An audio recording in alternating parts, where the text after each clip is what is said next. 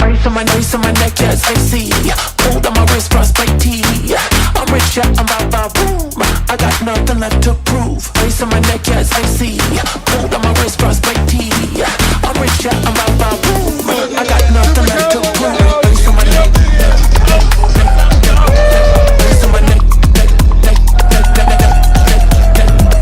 Ice on my neck.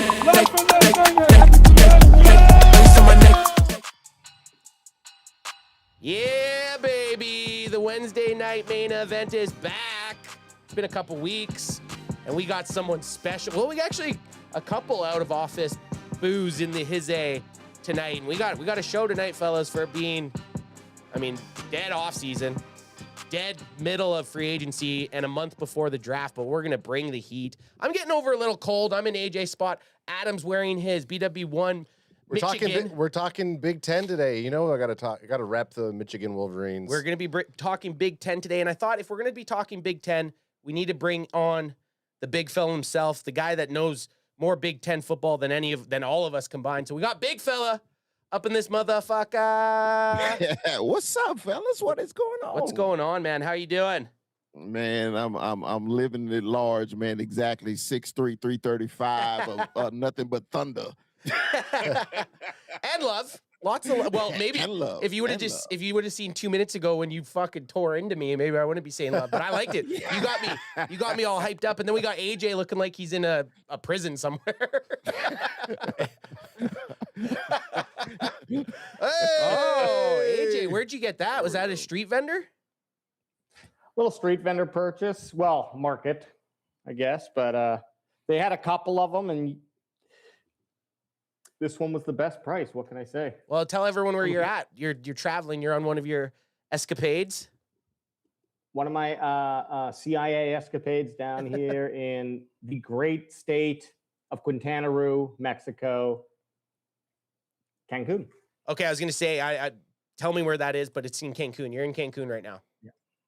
Yes, sir. All right. Well, it's good to have you back because we haven't even talked to AJ really on stream, and it feels like, it's only been a couple of weeks, but it feels like it's been a year. Actually, I will say this: AJ, we haven't talked to him on stream since he's been gone, but I feel like I've had more conversations with him while he's on vacation than when he's back home.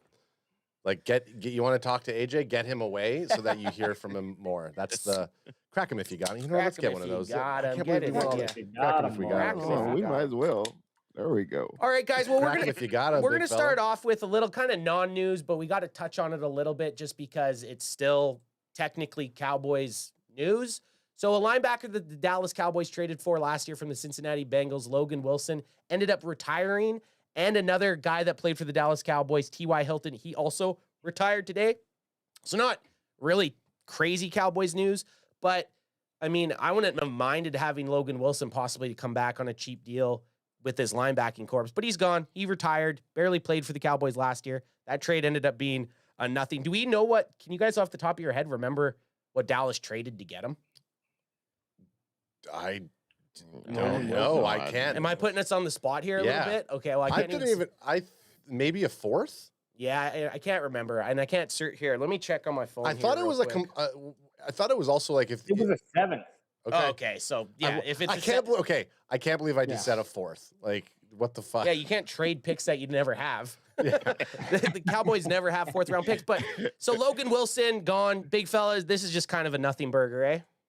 It didn't even move the needle. Hell, I didn't know he retired. So that's how much interest I had in him. So okay, yep, and that's kind of where we're at right now because now that first fun wave of free agency is kind of down.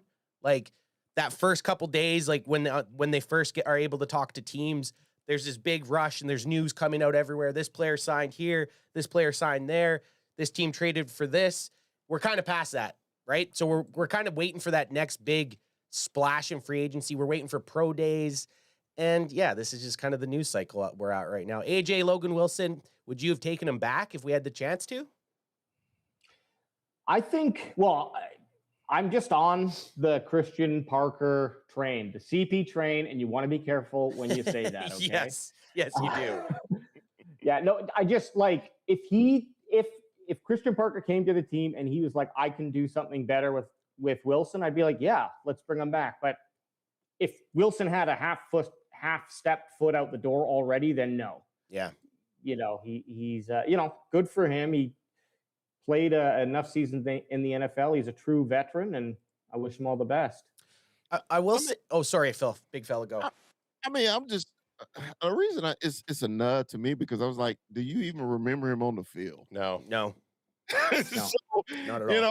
when we traded for him, I was kind of excited because we needed a linebacker play. We needed linebackers so bad last year, and when we just basically got absolutely nothing, So when you said he was retired, my feelings was just like his play. Yep. It was nothing. I'm like, okay, Yeah.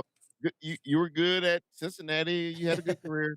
A lot of us wish we had NFL careers, but thank you for your service. Yeah. The last thing I'll touch on, Yeah. Logan Wilson, I just don't think he got a fair chance either. He didn't even Yeah. get put on the field. Like, he couldn't have been any worse than what we were fielding. But he never even got the That's chance to get out there. That's my consensus with all the players from last year is like, if we judge them based on that, knowing whatever the fuck his name was, who was our Eberkuck. Eberkuck, knowing Eberkuck just was underperforming, or maybe it seems the more you like start piecing things together, there might have been like a bit of a butting heads thing going on, but that's all, hearsay. At the end of the day, if we didn't think he was a good coach, I would want to see any of the players come back who Revel is an example, I think, where we might look at the situation and be like, we're kind of weak at cornerback, but he did come in with some high praise. And I don't know that he got whether it was injury or coaching or a combination of both. I don't know that we saw his true potential really in that defensive scheme that was being played. So he could still be who he is on any defense, but I do want to see what he can do because he might help solve a couple problems that we think he wasn't able to. So across the board, that's how I feel about the defense. Ad, I'd ask you, but you're tinkering and Well, no, tinkering and I was touching over there. I was just I had it locked and loaded so that when you said my name, I knew what I was gonna say. I would have loved to have seen what he could have done for our team last year, but he was transgressing down from Cincinnati, and then when you get into that a defensive play caller who's just not gonna adapt to anything, he didn't get an opportunity out there. So it is what it like. It's nothing. Fuck I mean, him. us spending 10 minutes on it. Yeah, we is talk. almost- Fuck him. On next. I mean, Get him off the screen. Chris, Get him out of here. He's not telling you to actually fuck him. Don't sleep with him, but get rid of him off the screen. He's gone. He's going into his second life outside of the NFL, and congrats to him. like Big Fella said, we all wish we had NFL careers. So the guy, I mean, athletically achieved quite a bit. Yes. Hey, just a question. How can you tell when Big Chris is going to be on the show? I don't know. Adam sports some sort of Michigan gear. No, it's Just because we're talking Big Ten today, AJ. That's the only reason. Okay. That's Okay. fair. Well, hey, That's here, fair. This is slick. This is slick, Thank though. you. I You do like this. You like that, Chris? It looks great. I like the rugby look, man. It is fly. I was like, man, do they got that in extra big fella? Hey, Chris, some would say too fly for a white guy. No. I think it looks good. You're not Okay. white. You're Canadian. Thank Hey, you're you. Canadian. It's like a whole different type of white. But speaking of Big Ten, this is a nice segue, not into, I know where you're thinking. Let me fuck with me, DJ. Okay. Fuck with me, okay? This is a Yeah. big segue into, the Cowboys, the first splash they made in free agency was for a Big Ten player. And Big Fella, you were not really stoked on this Michigan Wolverine player. So why don't you go ahead, and I'm talking about Rashawn Gary, and why don't you go ahead and you tell us your feelings on not only Gary coming over to the Cowboys, but some of the other free agency moves while we segue into just rounding up what the Cowboys have been doing in free agency. Okay. The only reason I wasn't excited is because the Packers was going to cut him anyway. And I was just like, there we go, giving up draft picks again for people who are going to get cut or people that nobody wanted. Now, I was listening to Anthony. He almost had me drinking Kool-Aid, but I switched to Miller High Life. So I was like, no. I said I've seen him at Michigan. I remember when he signed his letter of intent at Michigan. He was the number one defensive player in the whole country coming to Michigan. He had this big hype. Gary was going to be the game record, the game changer. He was going to be Hutchinson before we had Hutchinson. Okay, so I was really excited about the kid, but he never really just popped off the screen at Michigan. Now I can give him his props when he got to Green Bay. He got to Green Bay and he actually played well. He actually got to the quarterback. He was actually able to do things that you want a rush edge to do. Okay, but as soon as Michael Parsons got there, freed him up to do whatever he needs to do, he digressed to me. And then Green Bay was basically tired of him. They were going to let him go. So that's why I was just like, the Cowboys always give away picks unnecessarily. And that's why it wasn't that I don't like Gary. I don't like the way the Cowboys went about it because they still could have got it. That was my point. So the only thing with that, Chris, and you look at some of what the other edge players got paid on the open market. I think they just gave that 4th round up because they were like, if we don't do this, we might be out of the bidding war and won't want to pay. And they immediately reworked his contract too to make it a lot more team friendly. So even if they would have signed him, he would have cost a lot more against the cap, and they might have not even got a chance to get him on the team. So the only reason I don't hate the trade is because if you told me in the draft you're going to get a starter for a 4th round pick, you'd say fucking rights. And that's not a guaranteed. This guy, Rashawn Gary, he's going to start day one for the Dallas Cowboys on the edge. So I agree with you. He was going to get cut, but if he did get cut, I don't know if he's a Dallas Cowboy. And then another thing that bothered me about this, it doesn't, well, Cowboy fans, that it bothers me because as soon as you said he went to Michigan, the first thing Cowboy fans are going to think he's Taco Charlton. He's going to think he's Mozzie Smith. They're going to think he's a Schoonmaker. They're going to think about all these players that the Cowboys drafted from Michigan. Oh, he's going to be the same guy. And let Gary have a couple bad games. Oh, here we go. Yeah. Another Michigan player. Yeah, and we got to hear that crap. But at least we didn't. At least we didn't spend a 1st round on this one. Yeah, well, that's true. But and Chris, you're absolutely right. The first comment as soon as we started talking about Michigan players in the chat was from our boy Rolando Rodriguez saying, "Cowboys can't fan Taco, Mozzie, now Gary, all Michigan players. Cheers." Yeah, but Dallas has had some success too. Wasn't Jordan Lewis? Jordan Lewis was a Michigan guy, wasn't he? Yes, and we wish we had him in the slot last year. Hell yeah, Jordan Lewis. But hey, they gonna say, "Oh, that was only one."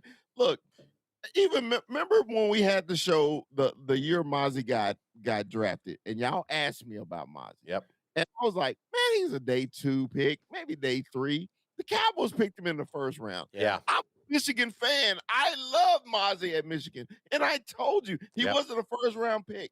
But I tried to be patient. And we saw what it was. The Cowboys made him lose all that freaking weight and everything. And they tried to turn him into something he wasn't. So Mozzie's gone. Taco Charlton just didn't have the heart to play fucking football anymore. And that really pissed me off because he balled out at Michigan. I don't understand. Some guys just, hey, when they get to a certain level, they're done. So he was done. Schoonmaker is just, it was just a blah. It's just blah. But Jordan Lewis, man, he balled out. And when he left and went to Jacksonville, I was just like, man, we're gonna miss this kid. Yep. We're gonna miss him. So you know what the crazy thing with the Jordan Lewis not signing was, and this is a little bit of a side quest.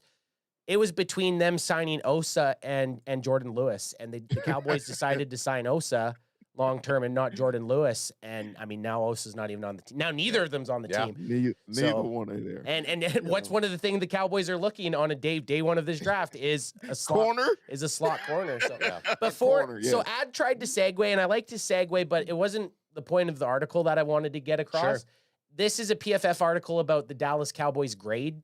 What they got is their grade. So I want each of you guys to let me know what your guys' grade for the Cowboys offseason so far with the trades, the free agency signings, all of that, any of that, coaching, anything. We can kind of ball it up.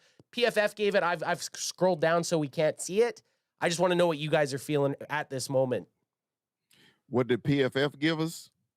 No, I want to know well, you can say what you think PFF gave, but I want to know what you right now are giving the Cowboys. What I would have graded the well, for the Cowboys, shit, it's a success because they actually did something on the first round. But success just mean passing grade, so I give them a C. Okay. Like just a flat C, not even a C plus, just a C. It's just a C. Okay.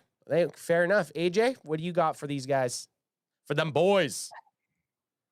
I like to partake in different types of stimulants, of course, and one of them is that Cowboys hopium, and I've been hitting that hard ever since Anth introduced it to us, say 5-6 years ago. I'm a little bit more. I'm excited about Gary, and Chris. I don't have that hesitation that you do, and I respect that, but I could be wrong. I'm just excited to see what that D-line can do. I like Thompson coming on the team, and even if this is all that the Cowboys do, I just feel like it's improved. So I'm in that B territory. I'll just say B. No pluses, no minuses for me. Straight up B. Flat B. Okay. Add. I gave before the Land Shark, Kobe Durant. Yeah, before the Land Shark acquirement, I gave them a B-. So I think I was pretty heavy on them then with the B-. With the Land Shark one, I still think I'm probably at the B- area. I think, B-. Just gonna stop there. I think B- is fine, and same with you. When Ad and I talked about this last week, I gave a C+. I would have liked to see a linebacker, one of the like a Kobe Dean or Devin Lloyd. I would have liked to see a starter in the linebacker. Like they've addressed every other level. They've addressed safety. They've addressed corner. They have addressed now the line.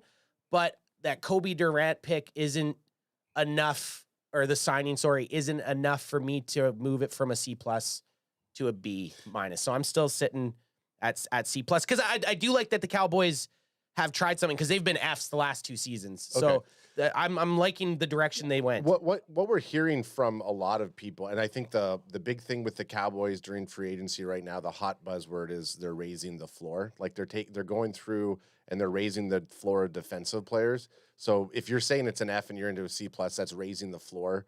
I know maybe strategy number 1 was going out and busting the budget on a Max Crosby or an Kobe Dean or one of these high value players, but then we're still going to be struggling with a lot of the floor, right? The other guys aren't up at that level. So if we're not going to get those big splash players, we just got to slowly level up our other guys, because it does matter at the end of the day. The Cowboys today are better than the Cowboys yesterday. Yep.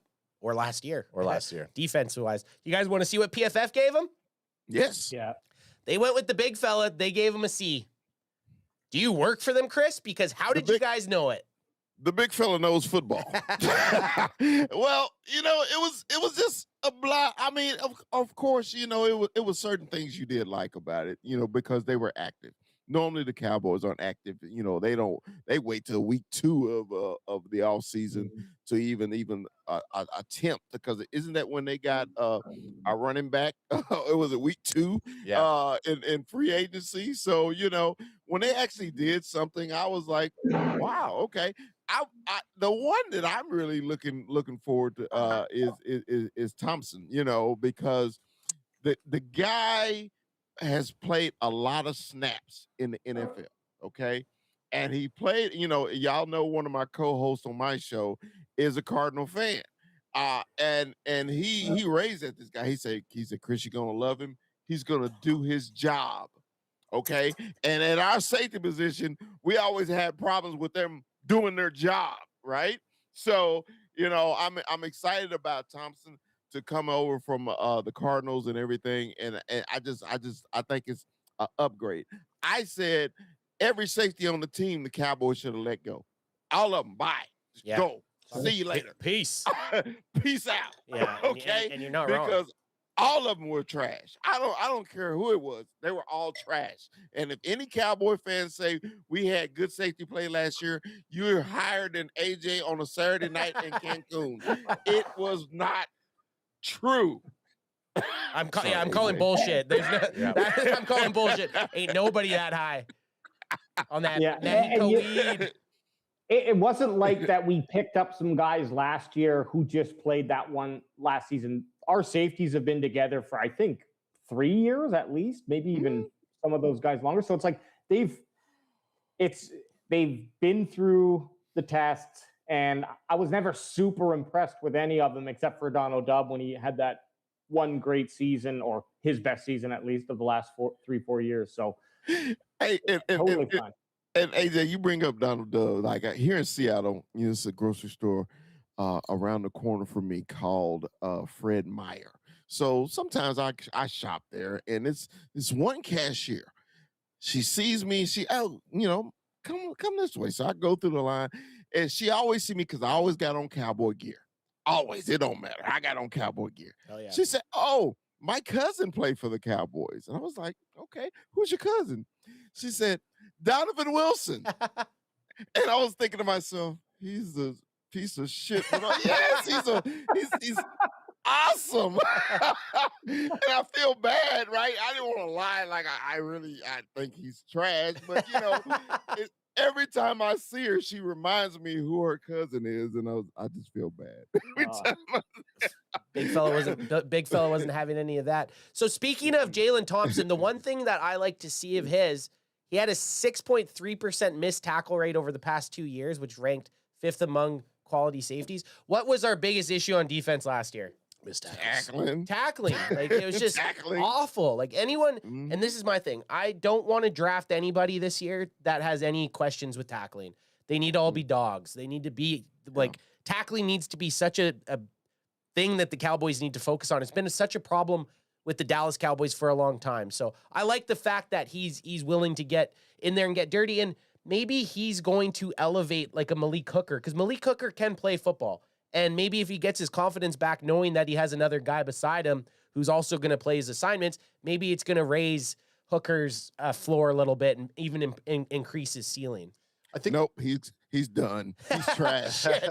He's trash, bro. Well, look, the reason I love our defensive coaches now, it's a major overhaul. You can see this overhaul from defensive coaches to defensive players, right? Yep. Come on. Stop hanging on to people. That's the problem that Jerry Jones been having for years. Hanging on to people that absolutely suck.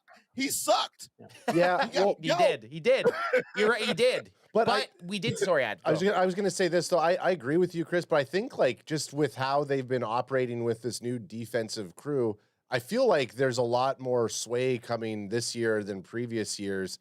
I feel like you hear everybody always talk about, a lot of the Cowboys coaches, they do have a lot of leverage to go for personnel, and it's kind of like the Cowboys like to acquire and trade by committee, right? And in previous years with either other coordinators didn't flex that option, or they were just fine with the status quo, and maybe they were a little old school. I think like when you look at a guy like Christian Parker, and just from what you're hearing, because obviously we haven't seen him in defensive coordinator role, but the Avengers team he's assembling on the defensive side of the coaching staff and how they're approaching this, it does feel different. So if they re-sign Malik Hooker, there must be something that they can utilize him with for now. I mean, it doesn't mean he's going to see. I think he's still going to have to fight for that position.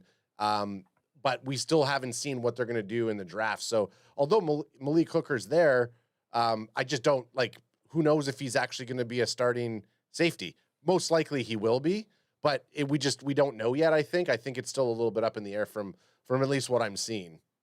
Well, I don't know. This is why I love Canadians. Y'all are so nice.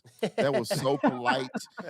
Everything you said was articulate. It was beautiful, and everything. I loved everything about it. Bullshit. He was trash. We know this. Yes. Chris, let him go. You could go back to. Remember, I want the overhaul. I want it overhaul because we've been living this pain for too damn long, right? our defense was truly an embarrassment, and he was a part of that. Only body on the Cowboys defense I give a pass to is Overshown because he was hurt.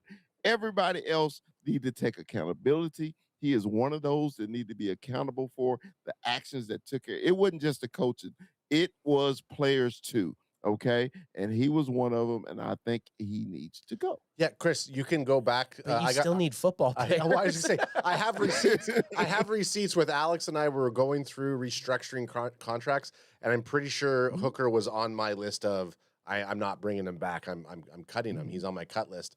Not to, and I think Alex was the one that was trying to convince me otherwise. All I'm saying is that pass play, whatever, he has something there that they see. So I think get him into camp and you fight for that spot. I don't want anybody to just automatically get a start unless your name's Dak Prescott. Well, and they signed another safety, PJ Locke, signed with the Dallas Cowboys, very cheap deal, and they reunited him with Christian Parker, who was his defensive backs coach in Denver. So they did get a couple safeties on the team, and then there's a chance that the Cowboys take a safety at either pick. Well, it could be 12, 20, or 9. Are we 92? 12, 20, or 92. Yep. So you get one of those guys in there. Out of those 4 dudes, one of them's not going to play.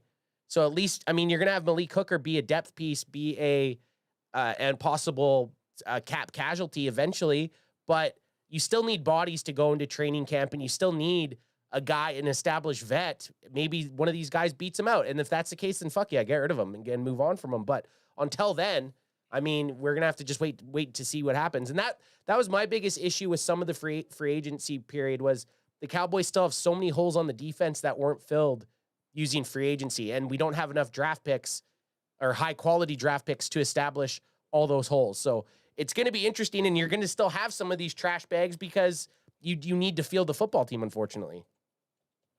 Well, let's just hope that Hooker is third or fourth string, and that we have other safeties that are ahead of him on the depth. At least that's a fair compromise, right, guys? I think so. Yeah. I would love for if Malik Hooker's not the starter day one, that I'm fine with that. But the other thing, and again, not knowing how they're going to operate this personnel, we talked about this before. Ansi yelled at me about even bringing it up, but like there's a possibility that we throw 3 safeties, and with that safety's a nickel instead of it being a true corner nickel, and now we have to look at a 3 safety set versus having that nickel be a corner. We don't know what we're going to acquire here. So if that's the case, then yeah, Malik Hooker is on the field far more than what anybody is going to want. I don't think you've ever actually had me yell at you. Chris, every show, you know that. But okay, the next thing we got up here is the Dallas Cowboys trade defensive interior Osa Odigizua to San Francisco 49ers. I mean, he just, again, didn't fit the scheme. You look at Christian Parker, defense type establishment season, Osa's size at defensive tackle just isn't part of it, right? So they got rid of him. What did they get? They got that 92 pick, 3rd round 92. Yep. Yeah. I mean, that's that. We got to like that, right, fellas? Oh yeah.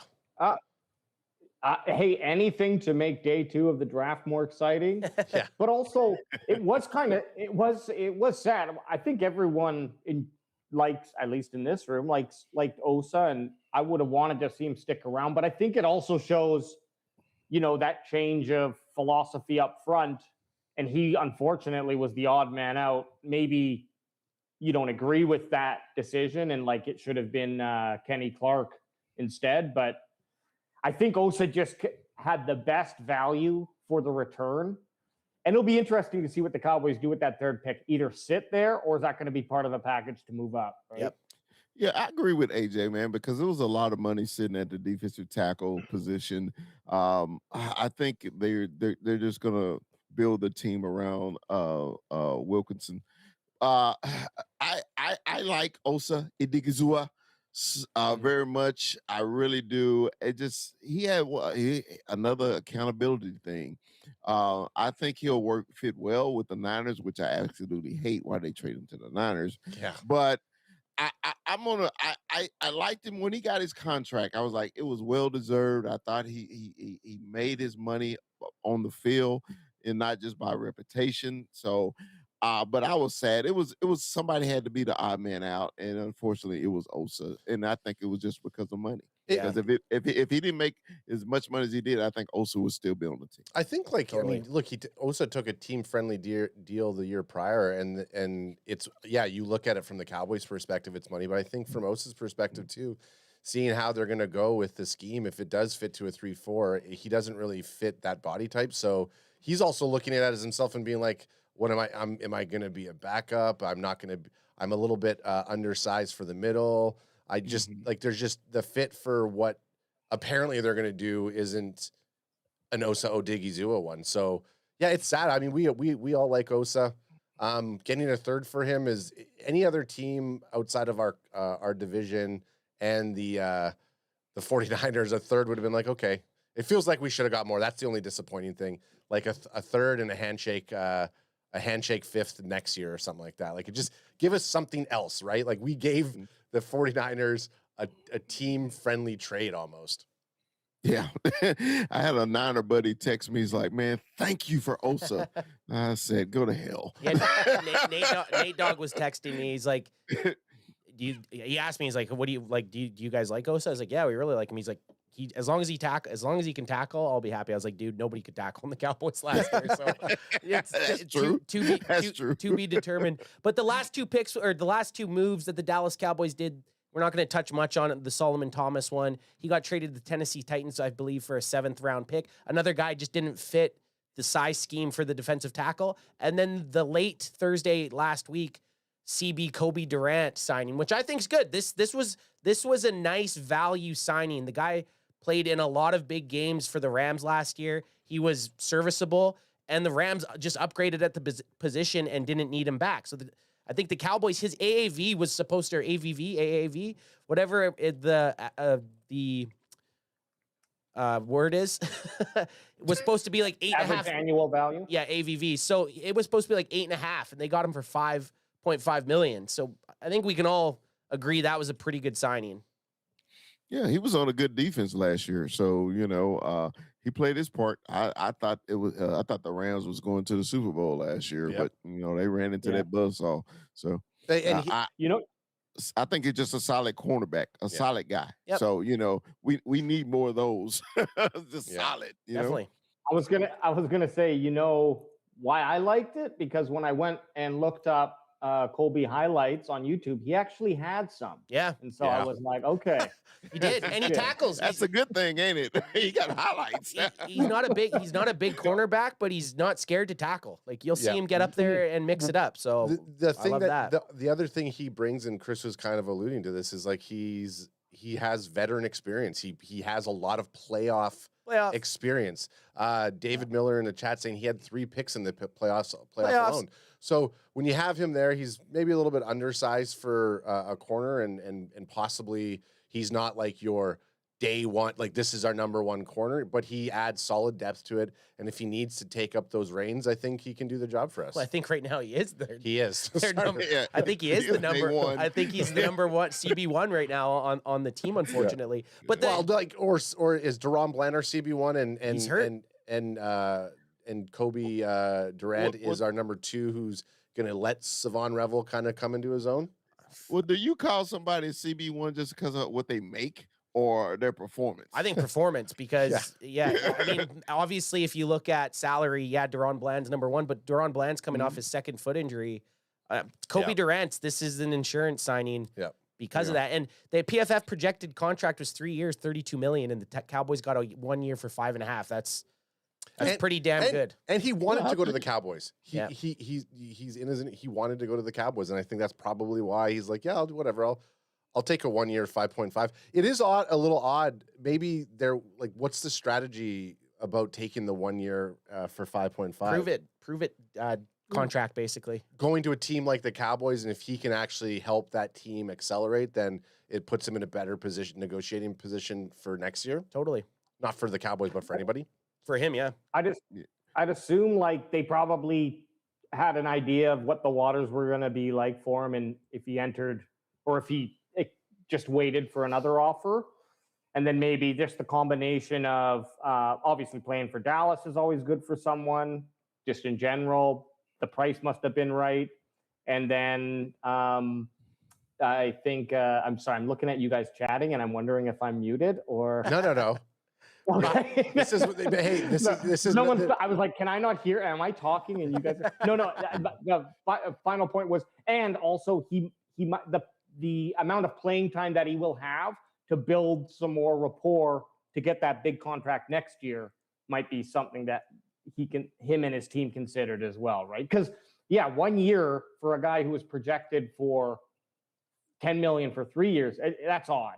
Yeah, it's a great man, and it's not just PFF that had that. A lot of other big websites had his like I said, AVV at $8.5 million. So this is a year. That's a year, and we're expected him to get locked up for multiple. So again, the Cowboys have this nice little stopgap where they're going to get a starting caliber player, which is nice. It's like Big Phil said, we need about 10 more of those. A solid player. Yeah, we need him. Solid player. Yeah. So we tasked ourselves with some homework. Prior in the offseason, we did some review on the SEC players going into the college draft. And this week, like we said, we brought on Big Fella for a reason, because we're doing the Big Ten, where the Michigan Wolverines lay home to. So we went through, we picked a couple players that we think have some nice qualities that the Dallas Cowboys could possibly draft later on. We didn't do the obvious ones. We didn't do the Sonny Styles, any of the Ohio State guys, like the guys that are going to be gone in the first 10. We tried to deep dive a little bit more, because as Cowboys fans in Canada that are just becoming fans of the college game, this is a way that we learn about players that we don't really know much about. And with that third round pick also opened it up quite a bit for who we could look at, because you could make some moves to try to move up if you want or whatnot. So there's potential of the Cowboys packaging. So they got 3/5 too, so they could move into high third or low second if someone is not really looking for someone right there and just wants some extra capital, right? Yeah, and you're right. The 92 pick, it had me looking at a bunch of players that I haven't looked at this year, because I was like, well, there's no chance of us getting them. So this opens a whole bunch of new doors, and it makes it more exciting for us, so that during day 2, we actually are familiar with some of the players getting taken off the board instead of just sitting there drinking in the stewed. Yeah, which is not. And we're gonna do some drinking, which we're gonna do. Oh yeah. So you guys want to head into this? What do you think? Should we do it? Should we goop it? All right, let's rock and roll. Okay, I'm up first with my guy, Zaki Wheatley, safety out of Penn State. And I mean, you can see right here why I'm liking this. 6'3", 203 pounds. That's a big dude. That's a huge safety, not necessarily weight-wise, but that height is mucho niso, as they say in Mexico, right, AJ? Mucho niso? Yeah. No? Yeah.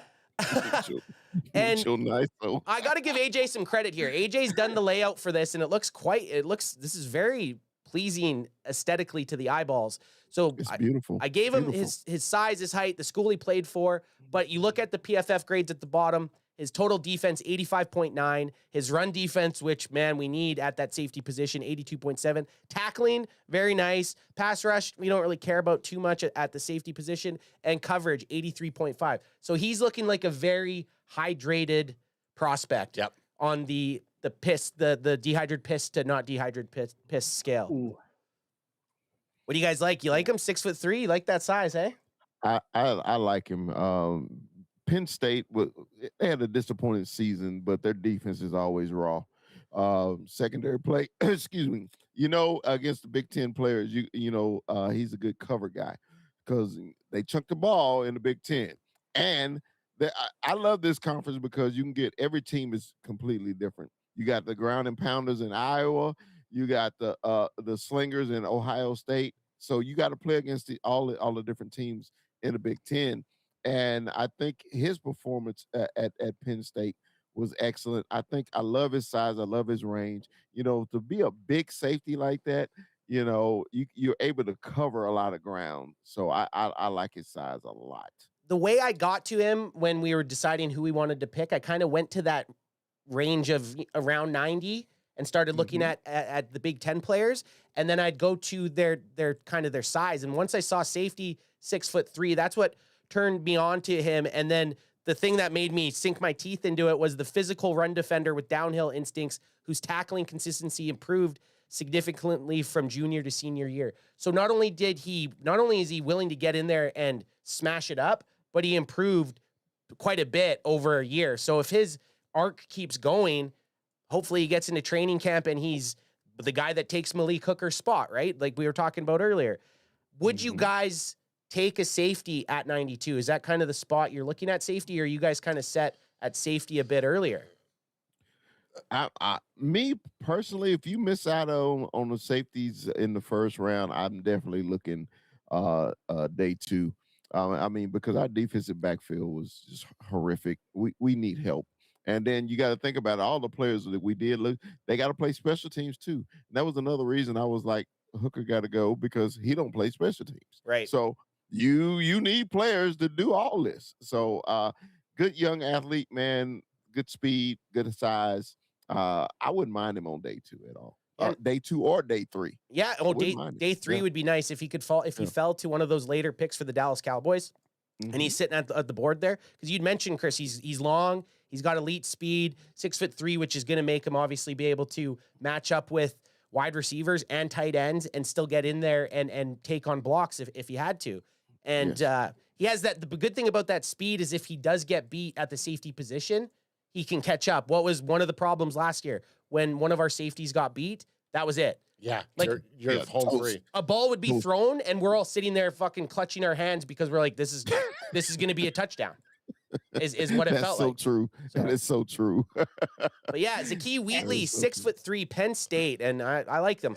AJ, what do you? Yeah, you go ahead, AJ. Oh, I was just going to say, I've done probably about a full minute and 30 seconds of video research on this guy, watching this highlight here. And I love that he's standing up people on that goal line and acting as like a true third line of defense there. Typically, and it might be, I don't know where we are, if you're going to see it while I'm talking here, but he had some really nice goal line stops, and, that got me a little rock hard. Yeah, and just for chat's sake, Stephen White saying over Anthony Hill Jr. at 92. We're just covering Big Ten guys right now, so this is projecting him at there. If Anthony Hill Jr. It's our first dude. I know. It's the first guy. And we did the SEC, and Anthony Hill Jr. is one of the guys we covered. Yeah. So no, but yeah, Anthony Hill Jr., yeah, sure. If he's there at 92, that would be amazing also. Yeah. But, okay, Zakee Wheatley, you gone. Oh, shit, I went the wrong way. All right. Is it Jennings? Jennings, right? Not Gennings, it's Jennings Dunker? It's Jennings Dunker. Okay, there we go. Big fella, let's hear it. Hey, look, I'm always going to give you a big fella. I'm always going to give you a big fella. And, man, this is one y'all probably seen before. He's been all over the social medias. He's been on everybody's show. And it's mostly because of the damn mullet. But forget the damn mullet. This kid is a mauler, bro. 6'5", 319 from Iowa. One thing about Iowa, what they're going to do, they're going to grade the field. Corn, y'all know all about corn up there in Chilliwack. Yes, man, we do. He's going to plow the field for you, okay? This guy is a beast, a monster, man. I love him. He is better run blocker than he is a pass blocker. The reason I wanted to showcase Dunker is because he's nasty. I love nasty offensive line. He's mean, he's tough, and that's what the Cowboys, that's why when we lost, God forbid, we lost my man. We lost Brock Hoffman, so we need to replace nastiness, right? Dunker is nasty. I think right now at Iowa, they had him at tackle. I think they're going to push him down in the guard, and the reason they're going to push him down in the guard because his arm length, okay? But his footwork is great. His mauling ability is great. Only thing I'm worried about with him a little bit, if they have him on the edge, is speed rushers, okay? I'm always concerned about the big guy and the speed rushers. He was okay at Iowa, but I wanted him because of his run blocking ability. Because the Cowboys right now, we're trying to set up an identity of punching people in the mouth, and Jennings is one of those people who can punch people in the mouth. Hell yeah, you got so. And would you think if they drafted him, he would kind of be on the bench for a couple years? Because I mean, the Dallas Cowboys right now have one of the better guard tandems in the whole NFL, and even have TJ Bass as a very solid backup. So do you think he just comes in, gets a few years, and then instead of maybe re-signing a Booker or a Tyler Smith down the line, he kind of takes their spot? Or how do you feel about that? Well, I wouldn't even mind keeping him at the tackle. You know, they restructured Steele. We all know that everybody thought they were going to. That was the number one person that we thought that was going to be gone was Terrence Steele, right? So I don't mind him playing the tackle. I just think his best position in NFL will be guard. But if the Cowboys draft him and left him at tackle, I wouldn't be upset at all. Because the one thing about the Cowboys they can do, when they do switch their linemen to position, it typically works out. Because when we got Tyler Smith, everybody like, why are we drafting a tackle that's leading the league, the NCAA in holding? And then he became the best damn guard in the NFL. True.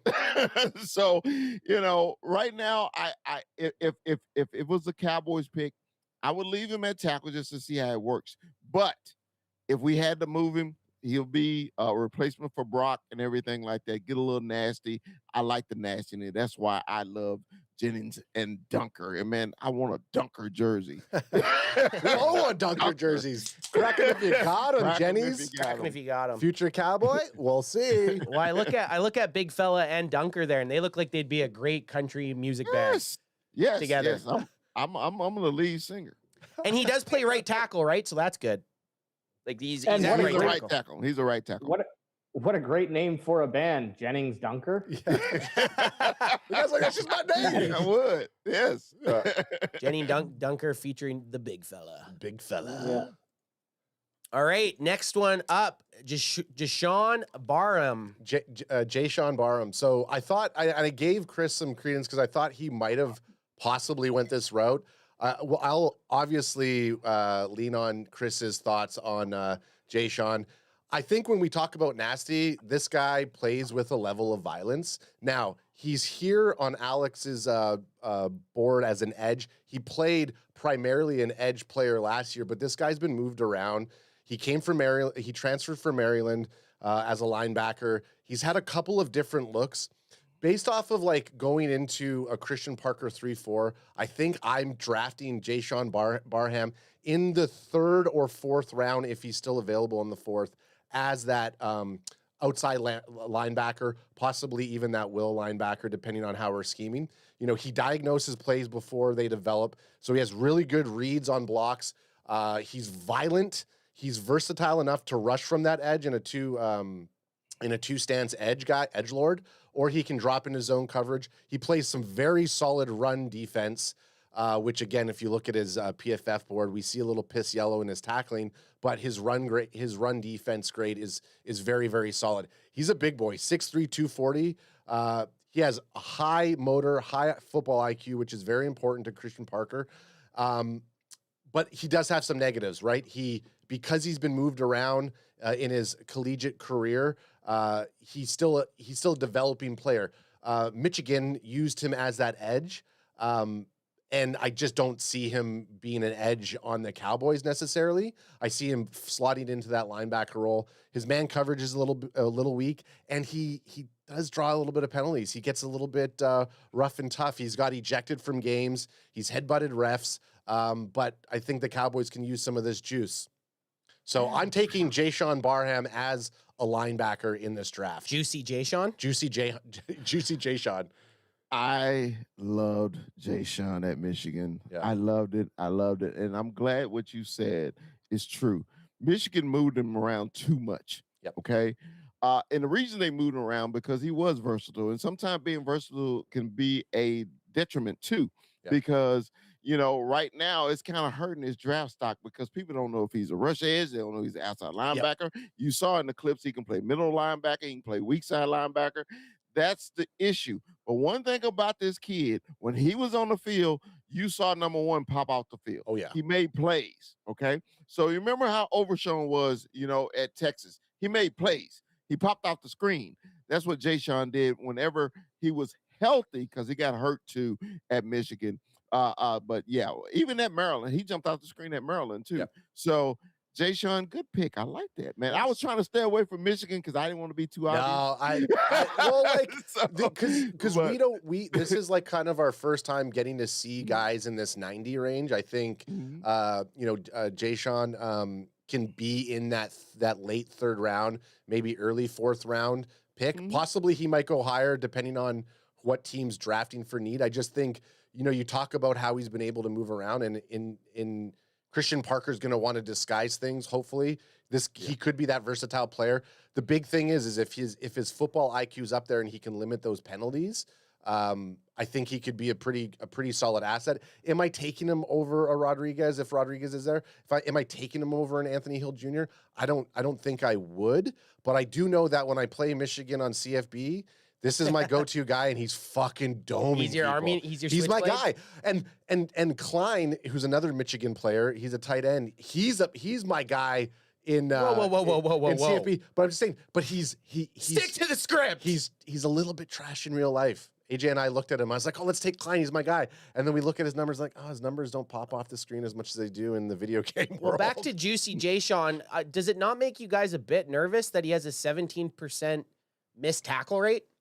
That's pretty high, 17%. And I can see why he's got the piss yellow tackling for PFF. It's kind of this weird thing. He's got great run defense. This is also, so what, is he just there? This is also he's just in position and then just whiffs on the tackle. He's up and down. So you see his total amount of tackles last year weren't as high. The year previous, yeah, because he was missing. He was missing one every 5 attempts. His previous years are better. Here's some context. I think this season, and if this is, I trust Big Chris over PFF. So same, you I do sure too. This sounds right. He had 304 defensive line snaps and 56 box snaps. Last season, he had 72 defensive line snaps and 470. So he basically flipped positions from last year to this year. Last year, he had 4.5 missed tackles in the box where he was playing dominantly the box. And this year, when he was playing dominantly the defensive line, which it looks like it was the first time that he did that in his 4-year college career, he had 17, his highest missed rate. So overall, 10%. Which isn't bad. 10%'s a lot better. He's a piss missile on defense when he's playing an edgelord position. Get him in the box. Let him be that second linebacker in there, and let the boy fucking cook. Well, yeah, because he still has an overall defense of 79.3. If his tackle rate was higher, he's in the mid to high 80s. Yep. Right. So and something else here too. Both those seasons, he had he was an exceptional. His piss is off the charts for his run defense. Run defensive grade. Okay. Like hydrated. Extremely hydrated. Okay. You couldn't get more hydrated. Okay, I'd like to hear that. Yes, his tackling in the box was 85.6. And his tackling on the edge is 61.9. Okay, because he's gunning. He's gunning it there. So that's what Ad was kind of saying, that you would play him kind of a linebacker role more than like even possibly middle linebacker. Even you could be one of the middle linebackers in a 3-4. Yep.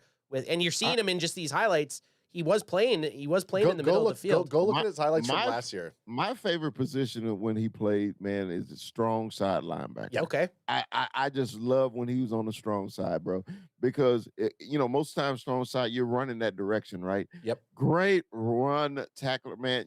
Those missed tackles. I don't even count those, bro. I mean, if you actually watch the kid play, he didn't really miss that many. It may have been when he was hurt. But no, when he was at strong side linebacker, to me, that was his best position at Michigan. And again, big fella's opinion over PFF grade any day of the week for me. Yep. And the data shows that too. If you look at how much it changed, it's like he's a much better tackler, and his rush is almost equivalent when he's playing in the box. Right. Whether that's strong side or if that's what he was playing dominantly, then that's where the data comes from. And for anybody who is saying he's a Michigan player, we're not drafting him in the first or second round, so it automatically releases the Michigan curse that the Cowboys have. Third round and above Michigan players, no problem. Yeah, and just no tight ends. No tight ends. Well, Scooney went the seconds, right? Scooney went second. He did. Danny Dennis Sutton. Who's this? Ad? Nope. That's me. Oh, we got an AJ sighting. A Penn That's why Stater. Danny Dennis Sutton, triple name. Love the DDS. You know, he was Mhm. actually at the combine an inch higher, which is kind of nice. 6'6", 256 from Penn State. Ant's going to look right away, and he's just waiting to chime in at that low-ass tackle, and we're going to get to that, okay? Okay. 40. So he had 42 combined tackles and 8.5 sacks in back-to-back seasons, and that was just he actually had more in the playoff games. Playoffs. 51 pressures, 29 stops, and 3 forced fumbles in 2025, and 7 total in his NCAA career. He was competitive in the playoffs. With 4 sacks in 2 games. He had some sweet combine benchmarks, and I'm using Madden, by the way, to grade these. Okay, no, I looked up what was good, but then I used the Madden grading. So 40 is great.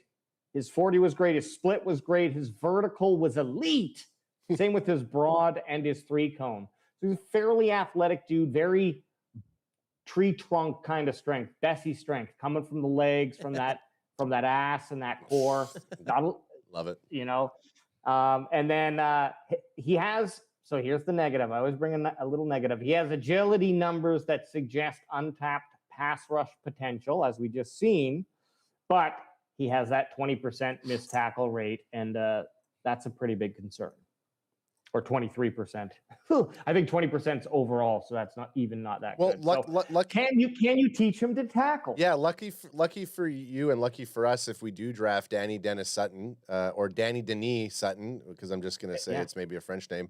We have the D-line whisperer, the pass rush whisperer on the team. So if we need to shore up some tackling, like so that Ant doesn't have an aneurysm here, I think we can do it this year with our coaching staff. I just can't watch another season of piss poor tackling. I might fucking have an aneurysm watching football. And just see it. I do get a little bit of PTSD when I see these low tackle grades and these missed tackles. Because the first time he gets a chance and he misses a tackle, I'm going to say, well, we knew it. His PFF told us, and we still drafted the motherfucker. But and I'll get blamed. I'll get blamed for it. You will. And he's AJ's guy forever. But I mean, those athletic benchmarks in the combine are pretty nice. Like he's got to be a 90 percentile guy at that position when it comes to athletic traits, which you can't teach. You can get better at tackling. You can get coached up on your tackling ability. You can't coach up your speed or your athletic ability. So I like that. Two things in chat. One, Chelsea Lynn is saying she just subbed to Cowboy Up podcast. So there you go, big fella. Hey-o. Chelsea Lynn is a reoccurring chat. I was going to say viewer, reoccurring viewer in the chat. And then David Miller in the chat's also saying watch his junior tape, big difference. So again, we're looking. A lot of these grades are from this last season. So we want what's his body of work look like, and why is it such a glaring thing? Right? Again, that tackling goes up. If that tackling was in the 60s, his defense is breaking the 80 barrier. Totally. And Penn State wasn't very good last year. And one of the reasons that I wanted to look at an edge is because we have the chance to get the Canadian fella, Messidor. Right. I think he's showing up a lot around the 12th pick for the Cowboys on mock drafts. Who knows if that's going to be reality, but that's what we're playing with right now. So if you miss out on those top edges, this is a guy you could try to scoop up maybe with that 3rd round pick or something like that. And just to give him a test. We're not investing a lot into this guy, but if you can get his tackling up to, you drank a couple glasses of water today level, then I think he's going to be a really good football player. And just by the draft buzz and PFF rating, like where he's going or where they have him rated, if you get him at 92, that's a steal. Yeah. So I think we'd all be pretty happy with that. And again, this would be a great 3rd round pick. He's a prototypical 3rd round pick. Like he has all the intangibles to be good. He just has a few flaws, and we're all for that. A major weakness. And we're fine. We're fine. Everything else but one major weakness. Yep. All right. So I went a little bit off the beaten track because everybody's expecting the Dallas Cowboys to take defense. I know Big Fella had the first offensive player in Jennings Dunker, but I've been listening a little bit to some podcasts and everybody's talking defense. And I feel like for CanFan anyways, we usually go through the draft season and then they end up drafting a position that we're completely not expecting. I think the last 3 years we've been screaming at them to take a wide receiver. This is the first year we haven't been begging for them to take a wide receiver. So in my mind, it's going to happen. I'm just waiting for the Cowboys. It's going to be the third round, the third round, and there's going to be a bunch of guys that we all like on defense, and they're going to go and take a wide receiver. I don't know. I just have this feeling that that's going to happen. But if that were to happen and Elijah Surratt fell to the Dallas Cowboys at 92, the wide receiver out of Indiana, I would be all for it, man, because this guy's an elite possession receiver. I'm going to stay with that. He's not very fast. He only ran a 4.6, which in today's NFL, we know is very, very slow. He has elite hand body control, highly reliable in contested situations, and he's super dangerous in the red zone. Lots of touchdown production from his boy, Mendoza. Savvy high IQ route runner, excels in the intermediate game, consistently finds soft spots, moves chains, uses technique to separate. So he kind of, in my mind, if I had to give him a player comparison, it would be kind of like an Amari Cooper, like style of play. Like you're never really expecting Amari Cooper to take the top off. He could, but Amari Cooper just always seemed to be open in that intermediate route. And I think Surratt's going to be like that type of wide receiver. If the Cowboys do go this route and take a wide receiver in the third round, it's going to make me nervous that the George Pickens talks aren't going great. That's the only reason I think they might go wide receiver possibly. And the Cowboys have had some wide receivers on their 30 visit. I don't know if that's some tactics to kind of send out there to let George Pickens know that they're possibly looking. But you look at his PFF rank, man, 85, 74, 73. Like the dude's a baller, national championship player, and had an elite season last year. He might not even be around by that third pick, but I just wanted to go a little bit off the beaten track and kind of look at some offensive players again too, so that when draft day comes along, we have some people we're familiar with. How would you guys feel if a wide receiver got drafted by the Cowboys? We got our wide receiver 3, Jalen Tolbert's not on the team anymore, so I think it's an error. I'm just joking. Yeah, I mean, wide receiver 3. I wouldn't be mad. I just would want him to. I would want him to play. Is all. If we're taking him in the third round, I'm expecting him to play. I think out of all of the offensive positions, the wide receiver is probably like the furthest one that we need to look at that early, based off of having GP3 or GP. He'll be GP3 if someone else takes GP the number 1 jersey, but GP3, and then you have Flanoy, who I think is kind of the clear-cut number 3. So if we're taking Elijah Surratt, I mean, yeah, you're a bit nervous about the George Pickens talk, because is this now going to be our new number 3? If we're drafting him in the third round, this motherfucker better be playing, is how I'm looking at it. Well, I like Elijah. You know, in the end, he was just a solid receiver, big receiver. So if the Cowboys, we always wanted receivers, just like Anthony said. All of a sudden, we don't even think about it now. We don't even think about receiver now. But when you brought him up, I was like, it made me say, that may work. That may work. Can you imagine what CD's 6'2", Pickens 6'5", and you get Elijah out there at 6'3"? Oh, some big receivers with Flournoy too. A 4 receiver set out there with Dak Prescott. I wouldn't be mad at it at all. I wouldn't be mad. The guy was solid at Indiana, man. Just watch any of the tape. Mendoza won the Heisman's for some reason. He had to throw it to somebody. Oh my God, I'm gonna throw to Surratt. Oh my God. But again, I think we're all in agreement that the Cowboys are going to favor the defense side of the ball. But I don't mind us taking a look down a few different avenues, because at some point they're going to have to also address positions, because wide receiver, I mean, I feel like wide receiver, the value that they have, you see some of the numbers that these receivers are getting paid right now. Yeah. So if you get a wide receiver that ends up coming out there and being pretty good for you, drafting him still way more valuable than it would be to go in the free agency market to sign somebody. Yeah, I like this kid. I like him. And you know, a couple things here. I'll rattle them off. Number one, you're absolutely right. We were so sure the Cowboys were going to be drafting a running back in the first round, and we hyper focused on that last season. And lo and behold, what happened? So I love taking a little look like this at someone else in a. Another thing, though, is that position, which I was leading to, NFL Draft Buzz and PFF, they're getting much more closer now. Yeah. Which is nice to see. They used to be like, I don't know if it was Surratt specifically, but I'm noticing a lot more like very within one or two picks of their ranking. So that's kind of nice to see. Things are a little bit more even there. But yeah, if we can get a guy who can come in and be a third, I mean, what do they say? What's that great quote from Office Space Office Space? Two chicks at the same time. What would you do if you had $1 million bucks? How about three chicks at the same time? Bring in another dog. I mean, to have three elite receivers, if they're,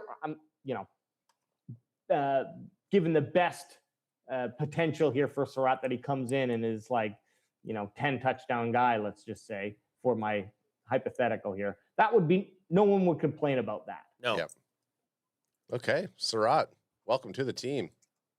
This is Wayjay. No, this is Big Fella. Sorry, I thought they looked the same. Man, back to back Indiana, the national champion Indiana Hoosiers. Can you believe that? Let's say it again. The national champion Indiana Hoosiers.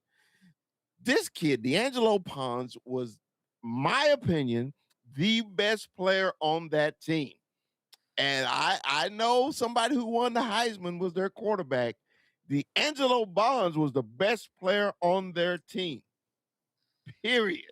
This kid, if he was 6'2", he would be a top 5 pick. Just because he's 5'9", people are shorting him literally, and they're not thinking about him like they should. This guy, cover skills, his awareness, he got great hands, he got great instincts. I like him. He will come up and run support. He will make a tackle. I love the kid. He shut down receivers from the University of Ohio, punk-ass, trick-ass state. He shut them down in the playoffs. This guy picking off balls in the playoffs. I love D'Angelo Bonds. I call him on Golden Bonds or Golden Ponds. That's what I've been calling him. The kid is electrifying. I love him at the corner position, and I think he is a first round talent. He may not go in the first round just because of his size, but if he's there, if the Cowboys on day 2 and this kid is sitting there, jump all over him, because he would improve your secondary immensely, quickly, very quick, because I wouldn't mind putting him out there on the island by himself. That's how much I trust D'Angelo Pons. So you're saying if the Cowboys took him, he would start right away? Yes. That's immediately. What That's what I like. Yeah, immediately. I was gonna say lucky. I from what everyone keeps saying, our DC isn't. He's not a size boy, so the 5'9" height isn't gonna scare them possibly. So that could work in the favor if he tends to drop. Sorry, Poncho J, I cut you off. I was just gonna go, Big Chris. Rapid fire here. Pons or Brandon Chise? Pons. Pons or Colton Hood? Pons. Pons or Avian Terrell? Pons. Pons or McCoy?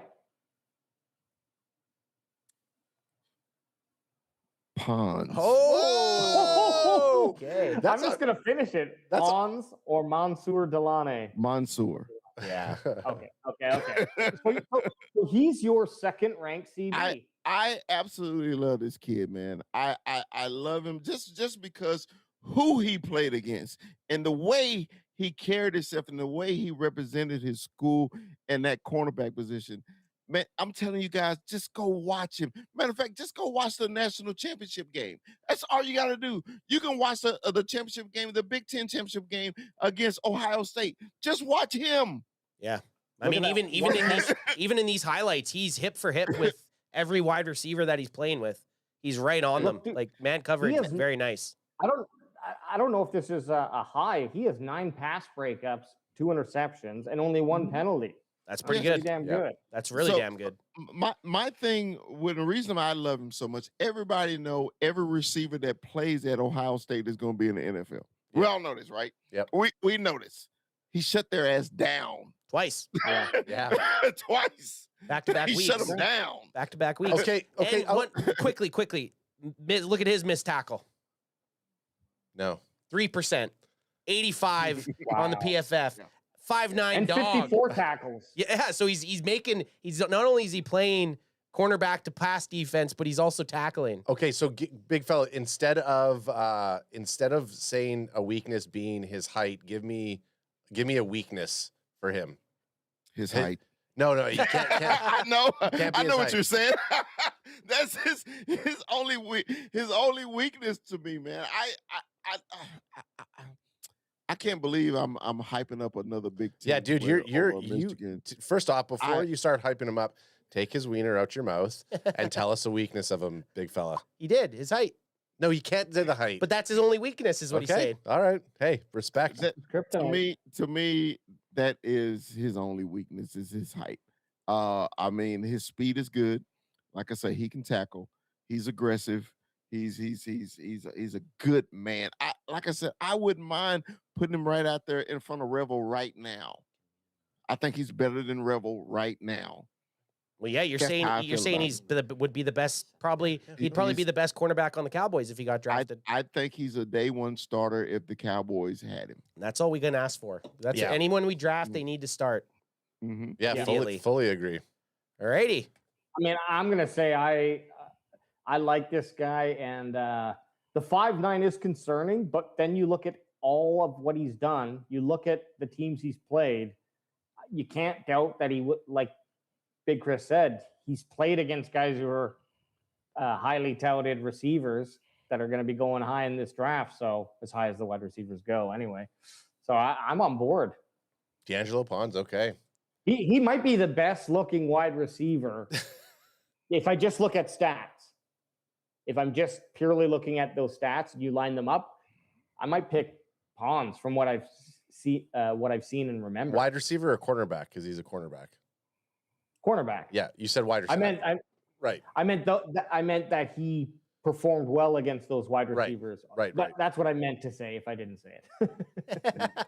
All right, on from Pons. Okay, so kind of taking the same route as Anthony, trying to go something maybe a little bit different than defense.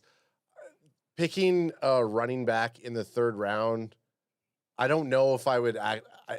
As I put it down, the whole time I'm just like, I don't know if I like this. So, but I do like Emmett Johnson. I do like what he has produced. He did lead the Big Ten Conference with 1,451 rushing yards, with a 5.8 yards per carry, 12 touchdowns. He had 46 receptions with 370 receiving yards. So he is a little bit of a dual threat in that backfield. He can be utilized as a receiving back. He does have patience. He has the one-cut efficiency that can kind of make him that natural fit in the running zone concepts alongside a physical between the tackle or starter like Javonte Williams. He only has 3 career fumbles across a massive workload, which makes him one of the most reliable and trustworthy ball carriers in this entire draft class. That was written by AI, not No, me. you. That was written by you. But no, like 3 fumbles in terms of having that amount of production, like that ball control, right? Again, this is going to go back to Pons. It's his size. He's 202 pounds. He kind of ran a little bit of a slow 40 compared to some of the other, even though 4.5 is still fast, but in an NFL combine standard, 4.56 is not as fast as you may want. And there's a chance that if he gets in that open field, he might not outrun those pursuers. But in terms of what he can do in his production, I think he's better than Blue. I think he's better than Maffa. If he's there around the 3rd and there's not that defensive player that we're looking for, I would absolutely be all right if the Cowboys, dabbled in a running back. If he's there in the 4th at our 4th pick, this is kind of where I was thinking if he's around the 4th, which I don't think he would be, because there probably will be a run on running backs. Well, PFF, like if you look at the draft buzz and PFF, they are a little ways apart. There is that disparaging ranking for both of them, right? So yeah, again, there's a chance he could be there in the 4th at the 115 pick, and you know, if the Cowboys picked him in the 4th, I'd be completely happy with that. This is what's interesting about the rankings, and take from Draft Buzz and PFF what you will, but he's the number 4 and 5, but projected as 96 and 137. Yeah. So like after Love, the running backs in this draft class don't seem to be very highly touted at all. It's not like last year where there was a shit ton of running backs, like a lot of good quality running backs in the 3rd and 4th and 5th rounds, right? There's not that much this year. There's only a couple guys ahead of them. Yeah, and so I would bet. Sorry, I just would bet if that's the case, like you said, if there's a run, he's probably going to be going earlier than what they're projecting him right now. Possibly, you're thinking closer to the Draft Buzz pick than the PFF, which would be definitely. That's a 3rd round pick. But I would even if 2 running backs go in the 1st round, he's probably gone in the 2nd. Oh yeah, I think right now, if I'm looking at the running backs, he's probably the 3rd. I think it just how I'm looking at it, I feel like he would be the 3rd running back being taken in my opinion. But I just like the versatility of it. I do like the having a running back that you can just toss that. I love the checkdowns. I love the plays where the running back's going up for like a Texas swing or something like that. So I think something like a player like this does give our offensive play caller and Schottenheimer and Clayton Adams the ability to kind of like figure out some other scheme plays. Again, do I think it's a likely move that the Cowboys would take him? I don't know if they're going to be looking for a running back in those top 4 rounds. The years that we absolutely needed a running back in those top 4 rounds, they didn't take. So guess what's going to happen? Emmett Johnson, welcome to the team. AJ can finally get a Johnson jersey for the Cowboys. Big fella, what do you think? Yeah, you've been quiet there. I'm ready to tear him apart. No, I'm not going to tear him apart at all. I mean, just looking at his size and his weight, Emmett is Emmett. Yep. Think about it. Emmett Smith was that same size, the same weight when he came into the league.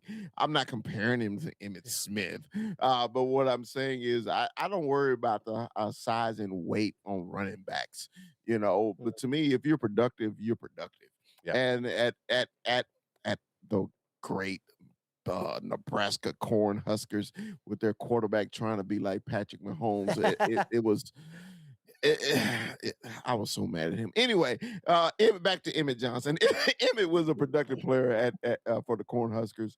I have nothing negative to say about him.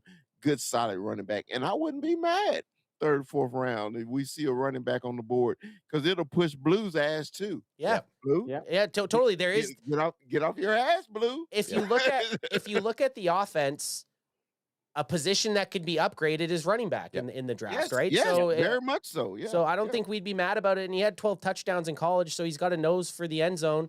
And again, get some competition in there. Yeah, look I mean, also for Maffa too. It'll get him off his ass too. If you're gonna make this team, brother, you got to be on the 53. You can't be sitting on the sideline on Sunday. And then there's the old guard Davis, who's just been hanging around. Yeah. Hey, you guys forget it? You guys left me in the shower. I'm all moldy. Hey, but he keeps coming back like a toothache.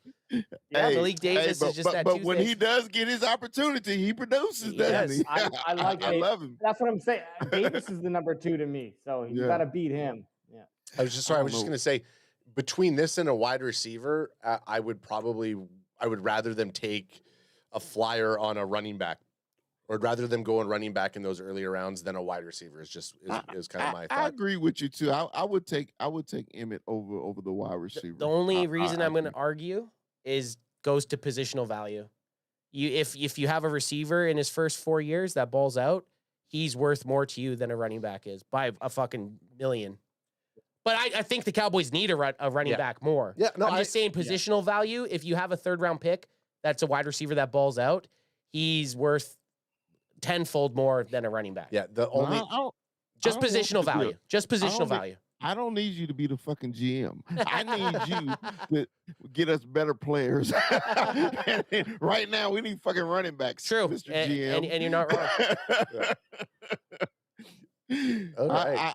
I would prefer the running back over the wide receiver because that's a need. To me, when you get in the later rounds, then you're drafting for needs, right? Yep. Okay, that's when you like, okay, this is a good value right here. So to me, third, fourth round of running back is a better value than the third, fourth round wide receiver who may not even see the field.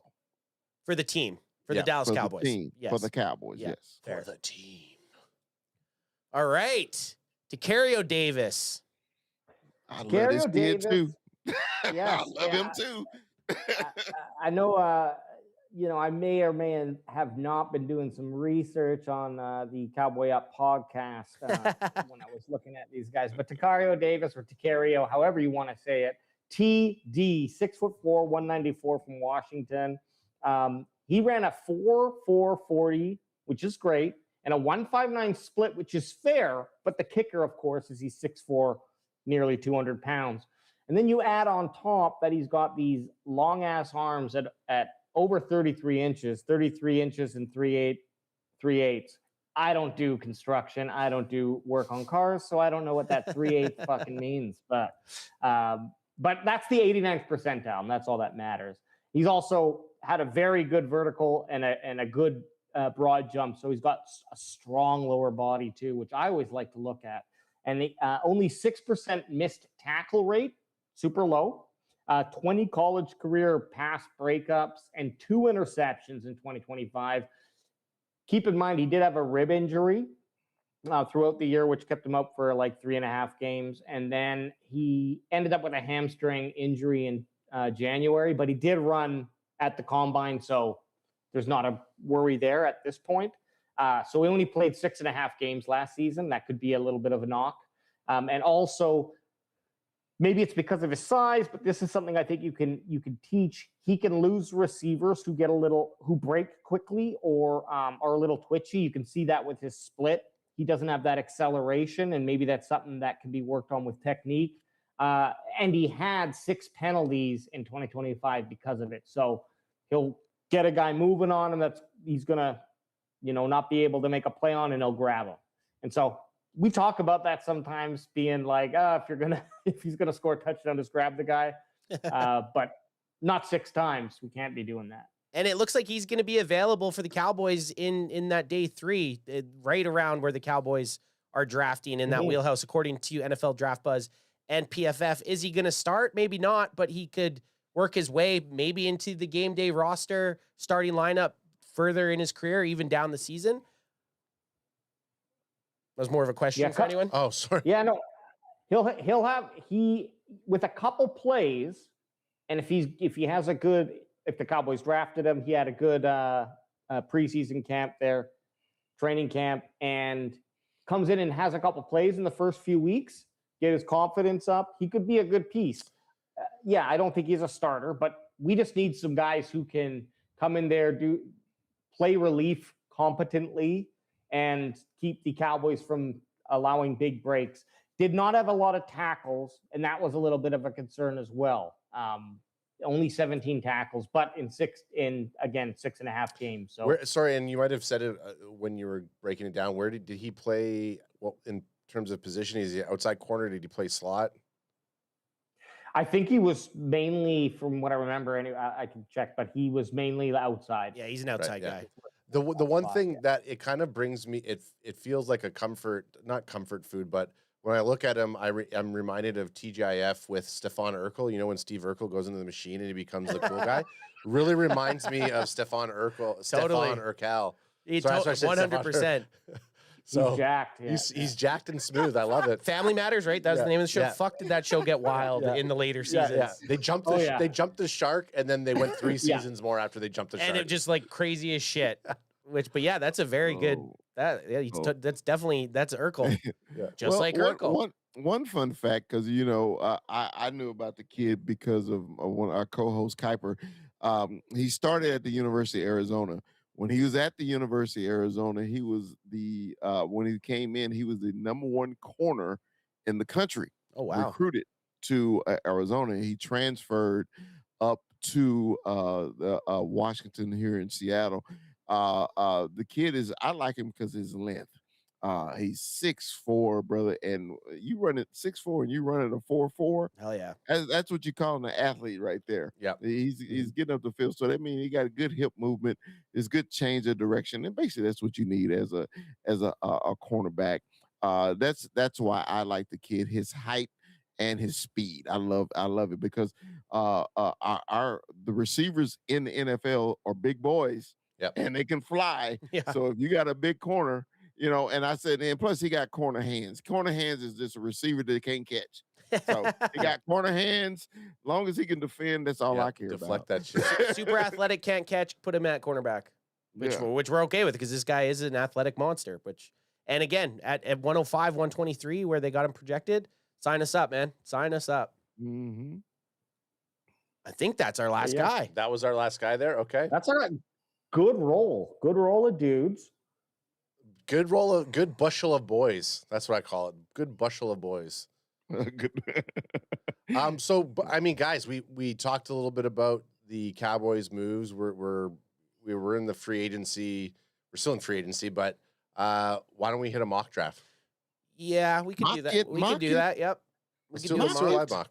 Mock it. Mock it. I feel Mock it. because we got a bunch of these guys fresh in our minds. I would like to grab a couple of these dudes Yeah. if we see them. To be honest, Let's grab some of those boys. TBT And, TBH.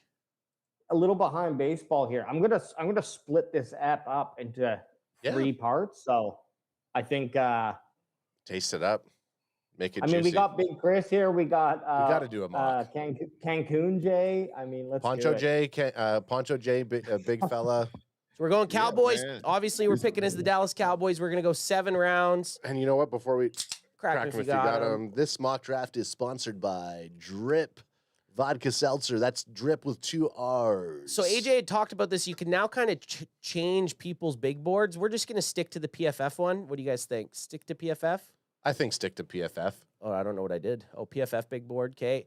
And then are we messing around with any of the sliders? Care for positional value, draft for needs, randomness. I think that's fair to just keep it how it is. Keep it how it is, dog. Alrighty. Okay, let's enter this biatch. Cowboys fan mock. Oh, we don't even have AJ here. Yeah, we don't have AJ. I'll wait for him. Here, let me make this bigger for us here. Yeah, boost it up a bit. You want me to zoom in a bit? Yeah, in a second. I mean, you know what? You're good at gooping it around. So we're gonna wait for AJ and then we'll hop into this draft. Actually, while we're waiting for Poncho J, go ahead and crack that bubbly there for you, kid. Crack me if you got him. Big fella. We haven't really talked about this too much, but like, who is the one person at number 12 that you're hoping is going to be there? Sonny's house. Oh, thanks, big fella. No, not for me, not Sonny. Even though I think Sonny's gonna be gone. Every time I get locked in on a player at number 1, they're never there. they're never there, man. I wish Sonny would be there, but I don't think he is. If at 12, I like Thielemann. Yeah. Okay. So do I. I like Thielemann, the safety from The Ducks. Oregon. Yep. That's who we took our last I one. was going to put him in my list. Big 12. I was like, that's too obvious. Yeah. That's why I went somewhere else. Yep. But I wouldn't be. I'm even agreeing with Chris with a K on Thielemann at 12.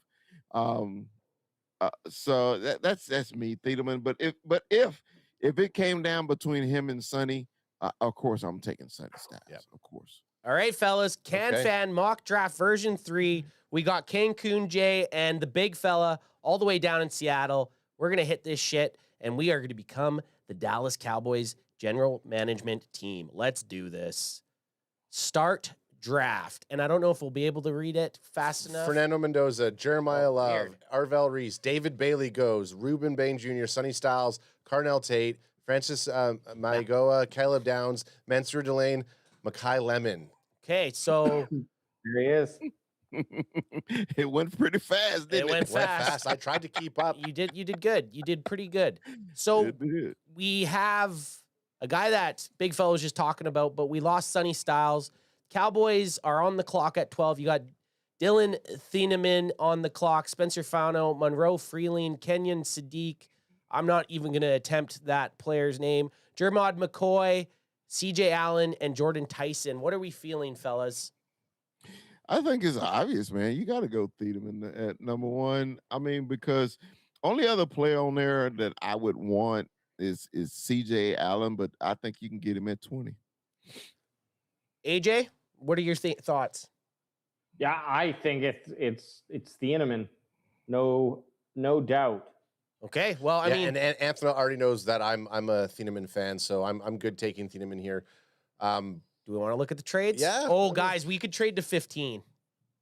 Let's do it. We'll lose them. Let's do it. But I know we're gonna lose him. But let's just gander. If we can get the Let's have a gander, of course. if we can, let's try. Let's see if we can wheel 46 here. Let's just try it. Let's try it. No 46. What if we throw did?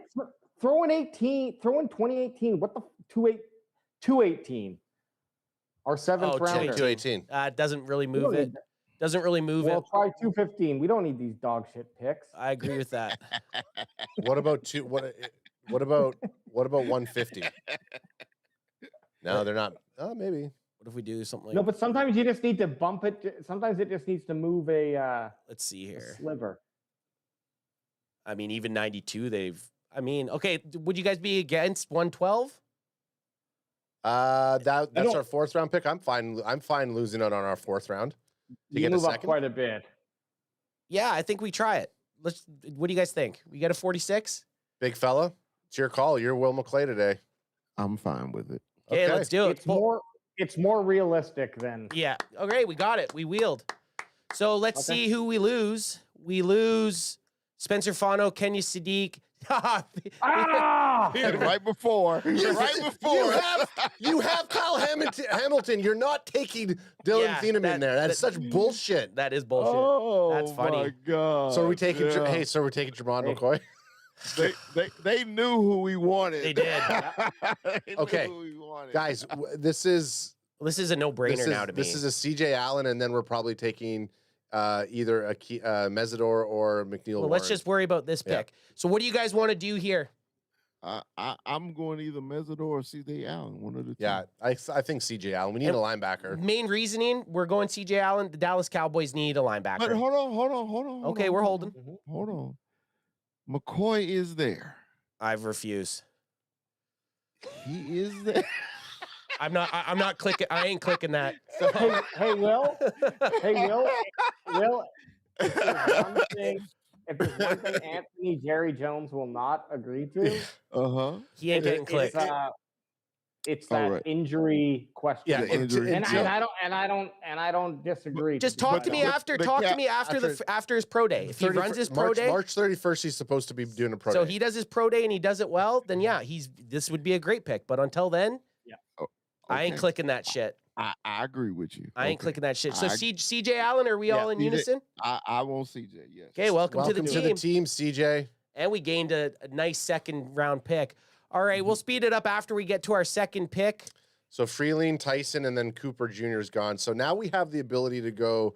It's Jermon McCoy. I see. I don't. This is a funny spot now. At 20, you don't At mind. 20, I don't mind. Okay, McCoy as much here. Okay, but here the real one is between Mesidor and McNeil Warren. McNeil Warren's a beefy safety.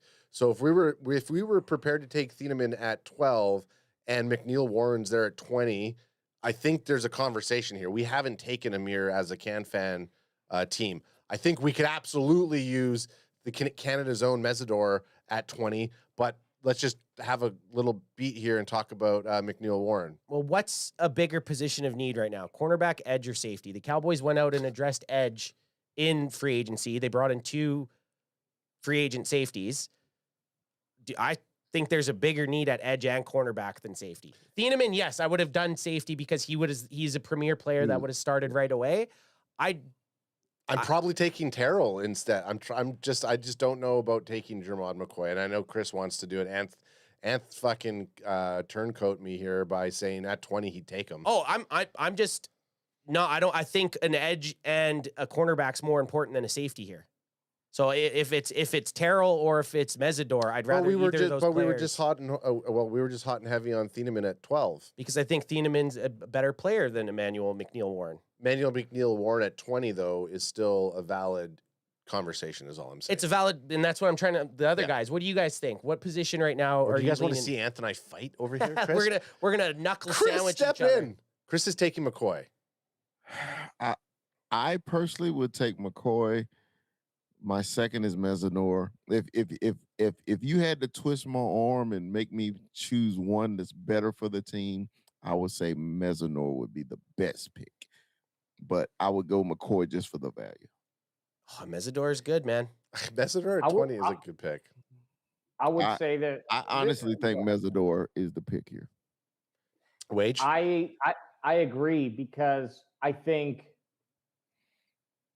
the edge is always just valuable in terms of how the good defenses seem to have guys who can pressure quarterbacks, whether that's always edge or not, depends their defensive line, but that's part of the whole package up front.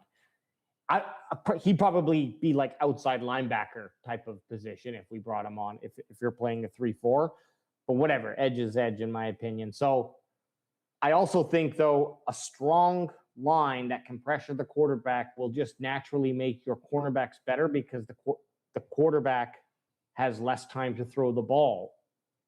And so less time for those wide receivers to get open, et cetera. So the edge position has the fallout of improving cornerback play, I believe. And the other thought, Anth, here, I feel like when we do our CanFan big board, Mesidor is going to be above McCoy. So if we're looking at our big board, And Emmanuel McNeil-Warren. and Emmanuel McNeil-Warren for sure, And Falk.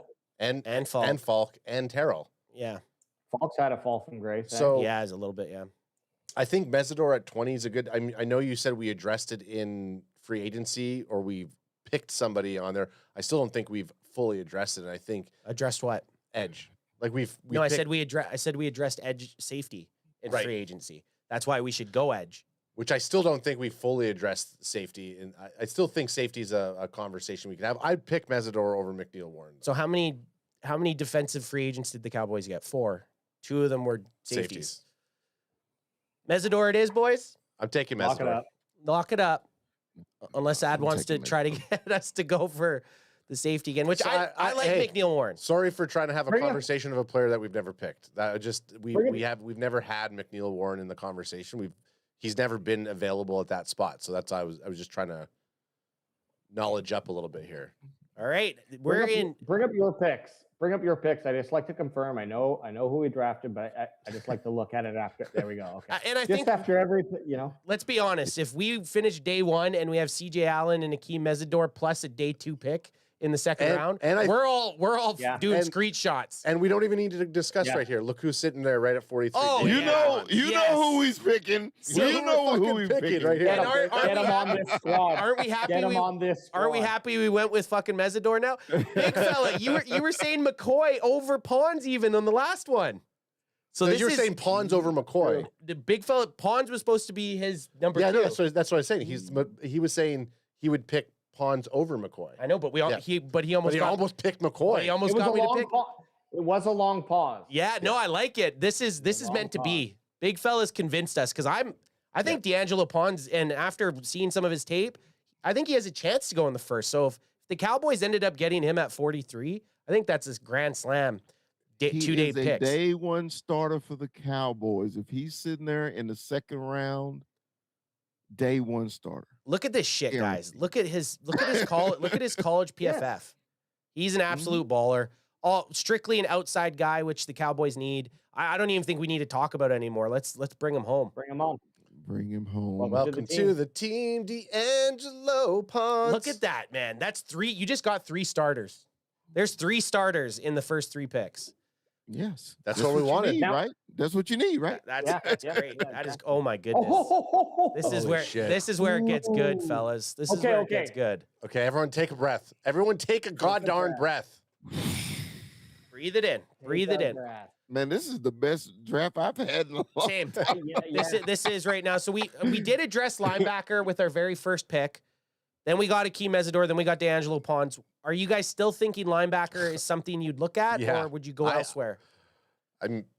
I'm not mad if we go linebacker here, but I do think we should maybe take a gander at some of the other spots because our next pick is 150. So we lost our 112. So we're not pick. We've the gap separation there is pretty wide. So this pick we're either. I mean, Anthony Hill Jr. seems like a no-brainer. I think we probably will end up picking him, but Let's goop at trades. Let's have a little goop at those trades. AJ just loves trade gooping. Nah. I don't want to. Yeah, that's a I little don't like bit. that That's a shit. little bit too far from. Scroll down to Genesis. Yeah, I like Yeah, Genesis. Genesis is a very good safety. My only knock, right here, Missed boys. tackle. That's my only knock. And then again, my safety. I don't want to have a 20% missed tackle rate. That's Yeah. He's that's got the great only. coverage. He's great coverage. He's great safety, but we need guys that can tackle. But you would be playing him at free safety. I wouldn't worry about his tackle rate. I'm worried about coverage. Our safeties got burnt. Okay, they got burnt. Yeah, but if you watch the Dallas Cowboys last year, they needed the safeties to make Okay, tackles what other because the linebackers and fucking let's defensive ends. let's couldn't. give us a fighting chance here. What other safeties are available? Let's bring up the safety position. Yeah, good call. Good call. Where am I looking here? You're gooping it right up. Oh, there it is. There she be I by. don't know. You're going. Whoa, You're going buck whoa. wild. Okay, well, Okay, now the Whoa. conversations between Zakee Wheatley and Bud Clark. I mean, we did just talk about Zakee Wheatley. He's rated higher than Bud Clark here. still I'm hasn't done a very good tackle. I'm a rate. big Bud Clark fan. I feel taking him there is not a stretch. If you guys feel like we should take a safety, then we should trade back with those Jets because that's where those guys are landing, and we get probably one or the other. And if not, the obvious choice, in my opinion, Is Hill. is Hill.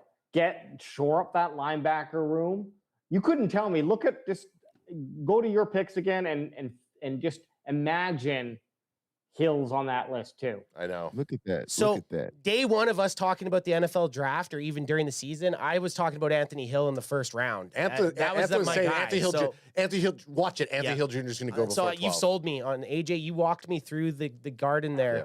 and I'm good with Anthony Hill Jr. I've hated the Dallas Cowboys linebacker position for a very long time. Let's get two fucking dogs and rewrite the get 'em.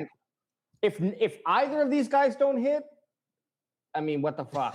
What are we gonna do? What are we gonna do? That meant we tried, didn't we? Yeah. We tried. All right, everyone, we're bringing And, him. sorry, and I will say this: Anthony Hill Jr. should, by all accounts, be a day one starter. So that gives us Yep. 4 day one starters here on this Cowboys Can Fan mock draft featuring Big Fella. All right, we're gonna take him out.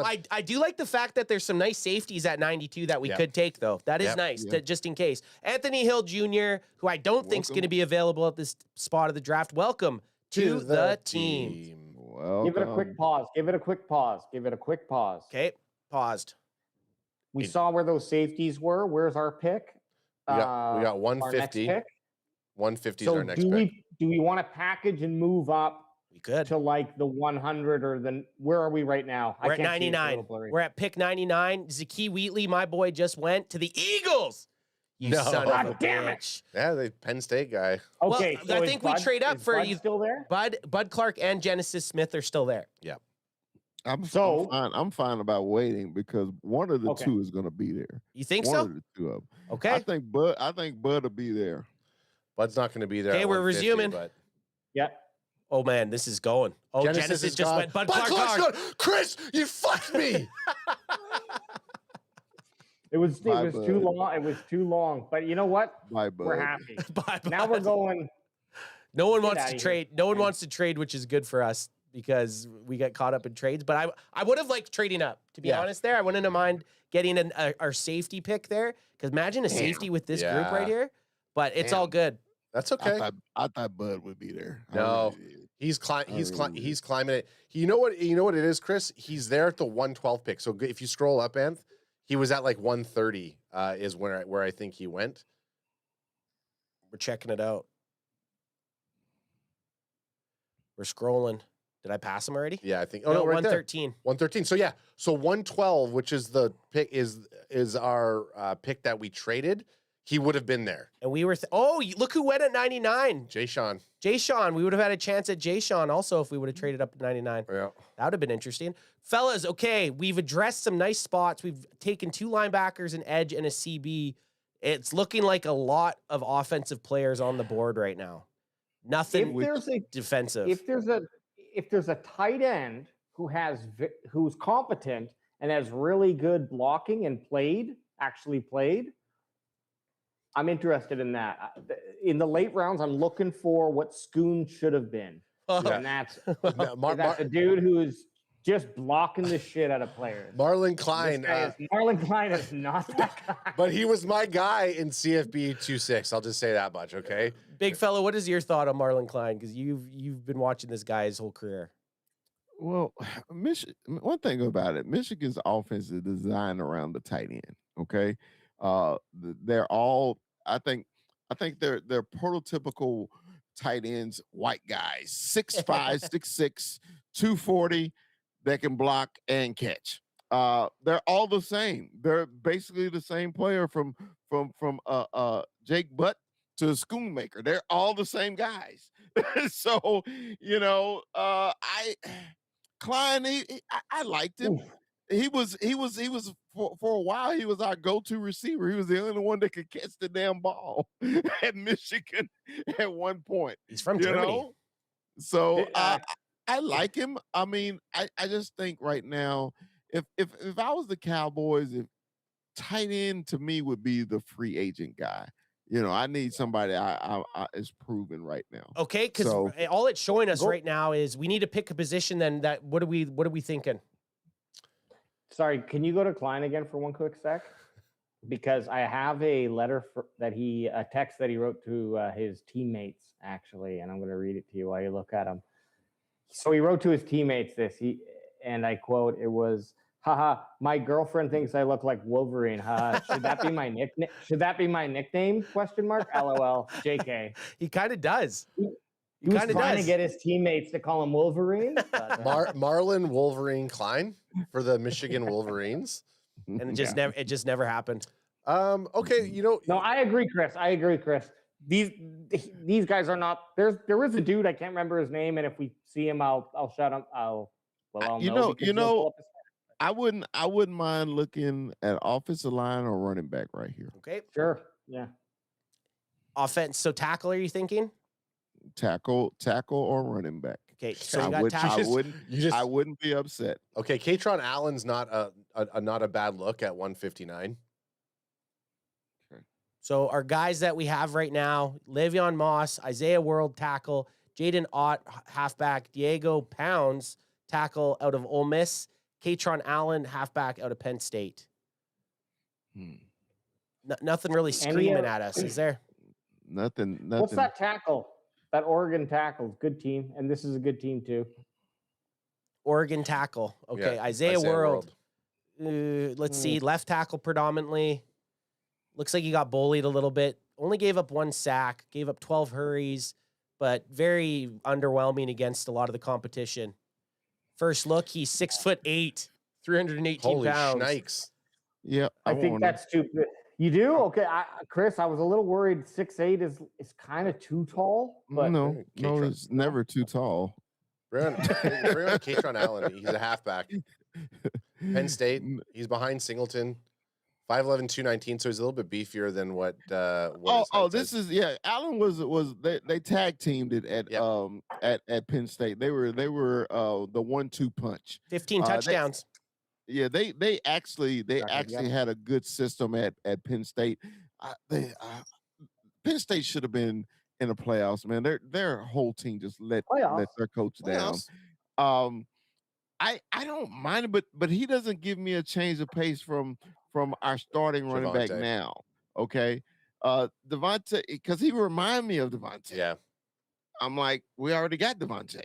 So no. So you say no. No, if anybody would be a better pick, if you're going running back, I would go the kid from A&M, Moss. But I'm looking right now. I'm going offensive line if it was up to me. I'm leaning towards offensive line also. Okay. Just on Caden Allen, though, think about it. If he's kind of very similar to Javonte, then maybe that would be nice to just have him come in. Not arguing against going tackle or offensive line. I think that's better. But if he's a guy who comes in and like can replicate, and then it's the same thing coming at you consistently, I don't know. I don't hate that idea either. But I do like having that thunder and lightning. Well, there's a chance. There's a chance Katron could still be there at our next pick. Just give me, also. just fuck with me for one more second here. Just give me defensive interior. Let's go. Let's look. What do we have here for defensive interior? DeMonte Capehart, great fucking name. Yeah. Wait. He is got an awesome name. 6'5", 315. So he's a size boy. He's big. He fits that type of size that we could potentially be looking for. Let's get a look on this. Need to look at his face. Yeah, I need a face look. I need to see what he looks like. Whoops. Yeah, AJ. Just, like, without your make any decisions. Without your computer here, and I have all the ads coming out. Kind of looks like he smokes a little bit of weed. Yeah, he looks like he looks a little stoned in the picture, which I don't hate. Yeah. And he's Capehart from Hartsville. His hometown's Hartsville. Ooh. I mean, that's superhero. That's very superhero stuff. And look at his measurables, baby. Yeah. Okay. Good call on this. This is intriguing. Look at his 40 time for his size too. For his size, he's running a 4.85. 315 and he runs a 4.85. Okay, I need one positive, one negative. Okay, so positive. Yeah. Heavy, violent hands at initial contact that consistently jolt blockers backwards. And then I'm going to give a second one because I like this guy. Lateral quickness is unusual for a 313-pound interior lineman. Okay. So he's... And sorry, before you hit the weakness, that aligns, and I don't know if it's consistent this year, but it aligns with the Tyler Guyton pick as well. Guyton was really good. He had really good agility, and the question mark was, but can he play the position? And they took the bet that we're going to turn this agile guy into a tackle. Well, TBD. Yeah, this is TBD. But this is the most glaring weakness. This is a very big weakness. Started only 12 games across 6 college seasons. Limited starter experience. That's not great. That's rough. That's rough. So guess what? That's big boy, big fast boy. Out on him. Yeah, you done fucked up. We out. So unless any of these guys we could get at, I think we could. I think we go back to the offensive. I just wanted to dabble for Isaiah World, tackle. Oh, did we look at him? Oh, we didn't get a look at him. Let's get a look at him. Yeah. Good name. And not saying we want to look at another edge because we already picked up Mesidor, but Llewellyn was going to be one of my. I considered picking Llewellyn as one of the talks today. Why the fuck does his picture look like this? A world with if he's number 99, world. Ooh, that's world a jersey. team. The world team. Yeah, the world's team. 6'8", and he's ready to fuck you up. So scouting reports strengths, possesses legitimate NFL tackle dimensions with an imposing 6'8" frame that creates immediate problems for edge rushers trying to bend around his massive radius.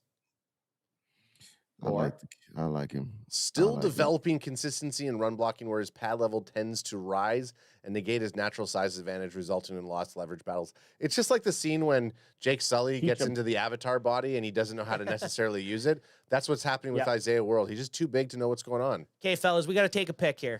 Isaiah World, welcome to the team. Isaiah World, welcome to the team. Yep. Take World. Yep, World. And we're going to be up again here very quickly. The most debating on a 5th round pick ever.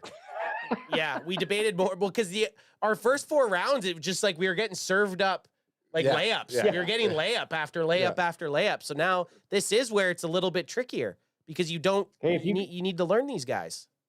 If we want to look at another offensive lineman, I'm not mad at that either because at this point, just having some depth there for when inevitably one of the 4 T's or the Z gets injured. Yeah. Yeah. And, I mean, guards even in play right now. So you got DJ Campbell out of Texas, Thaddeus Dixon, cornerback out of North Carolina, another cornerback, Hezekiah Masses, AML Wagner, tackle out of Notre Dame. I mean, you have a wide receiver. I'm going to lean heavier on the team at this point too, right? Like a team that's played against higher competition, even if his ranking isn't as strong, I feel like they just have the better experience overall. Yeah, Drew Shelton tackles from David Miller in the chat saying, take a look at him. 6'5", 306. He knows that we're size boys. First look, yeah, What's his- 6'5". What position? What Tackle. What tackle? Predominantly Yeah, left tackle. Okay, left. Yeah. Played some Little right bit of though. right. Played a little bit of right in 2023, but then made it out to the blind side. Adam, let's look at center because remember Brock is gone. Right. We don't have a backup center. Just check it Yeah. out. That'll be interior offensive lineman. So the closest is Pat Cogan, another Indiana Huser, I think he played 5 years. Ooh, 6'5". I think so. I do like taking a center here, to be honest. And he had 1,000 snaps too. at center. Hey, and Also look at those played grades. guard. Look at those grades. Yeah, Man, the I big like fella this. can call it, can he? Yeah, I like this. I think we just take this pick. There's a chance. Yep. There's a chance. Yeah, he's not going to be there if we wait. He's the top center for a lot of picks. So I take the center. let's welcome to the team. welcome to the team, Pat. We're bringing Coogan. on another Natty Championship. We got count them two Natty You Championships. guys are drafting my entire team. Welcome to the team. They call him the Cougar Killer. The Cougar. The Cougar Pat killer. Coogan. Pat Coogan. The Cougar. Alrighty, now we got 2 picks left in this draft, guys. Bloodline pick right there. Lorenzo Styles Jr. Oh, Had one of the fastest don't mind it. 40s. Speed. Yep. Speed. Are we just Yeah. doing it? Or are we just Yeah, sending I it think, home? Yeah, send it. Okay, we're just sending Yeah. it. Yeah. Jerry sees Styles and he's creaming in his pants Oh, to get Lorenzo Styles. We Yeah, know just this speed. what this guy brings. He's got that speed. So let's bring him to the team. Welcome to the team. He could be a fucking gunner on special teams there. Welcome to the team. he actually had Squeeze quite a it, few squeeze snaps in slot too, so that's just interesting. Wait a second. So here's the funny thing. AJ's guy. Is that gone. right there.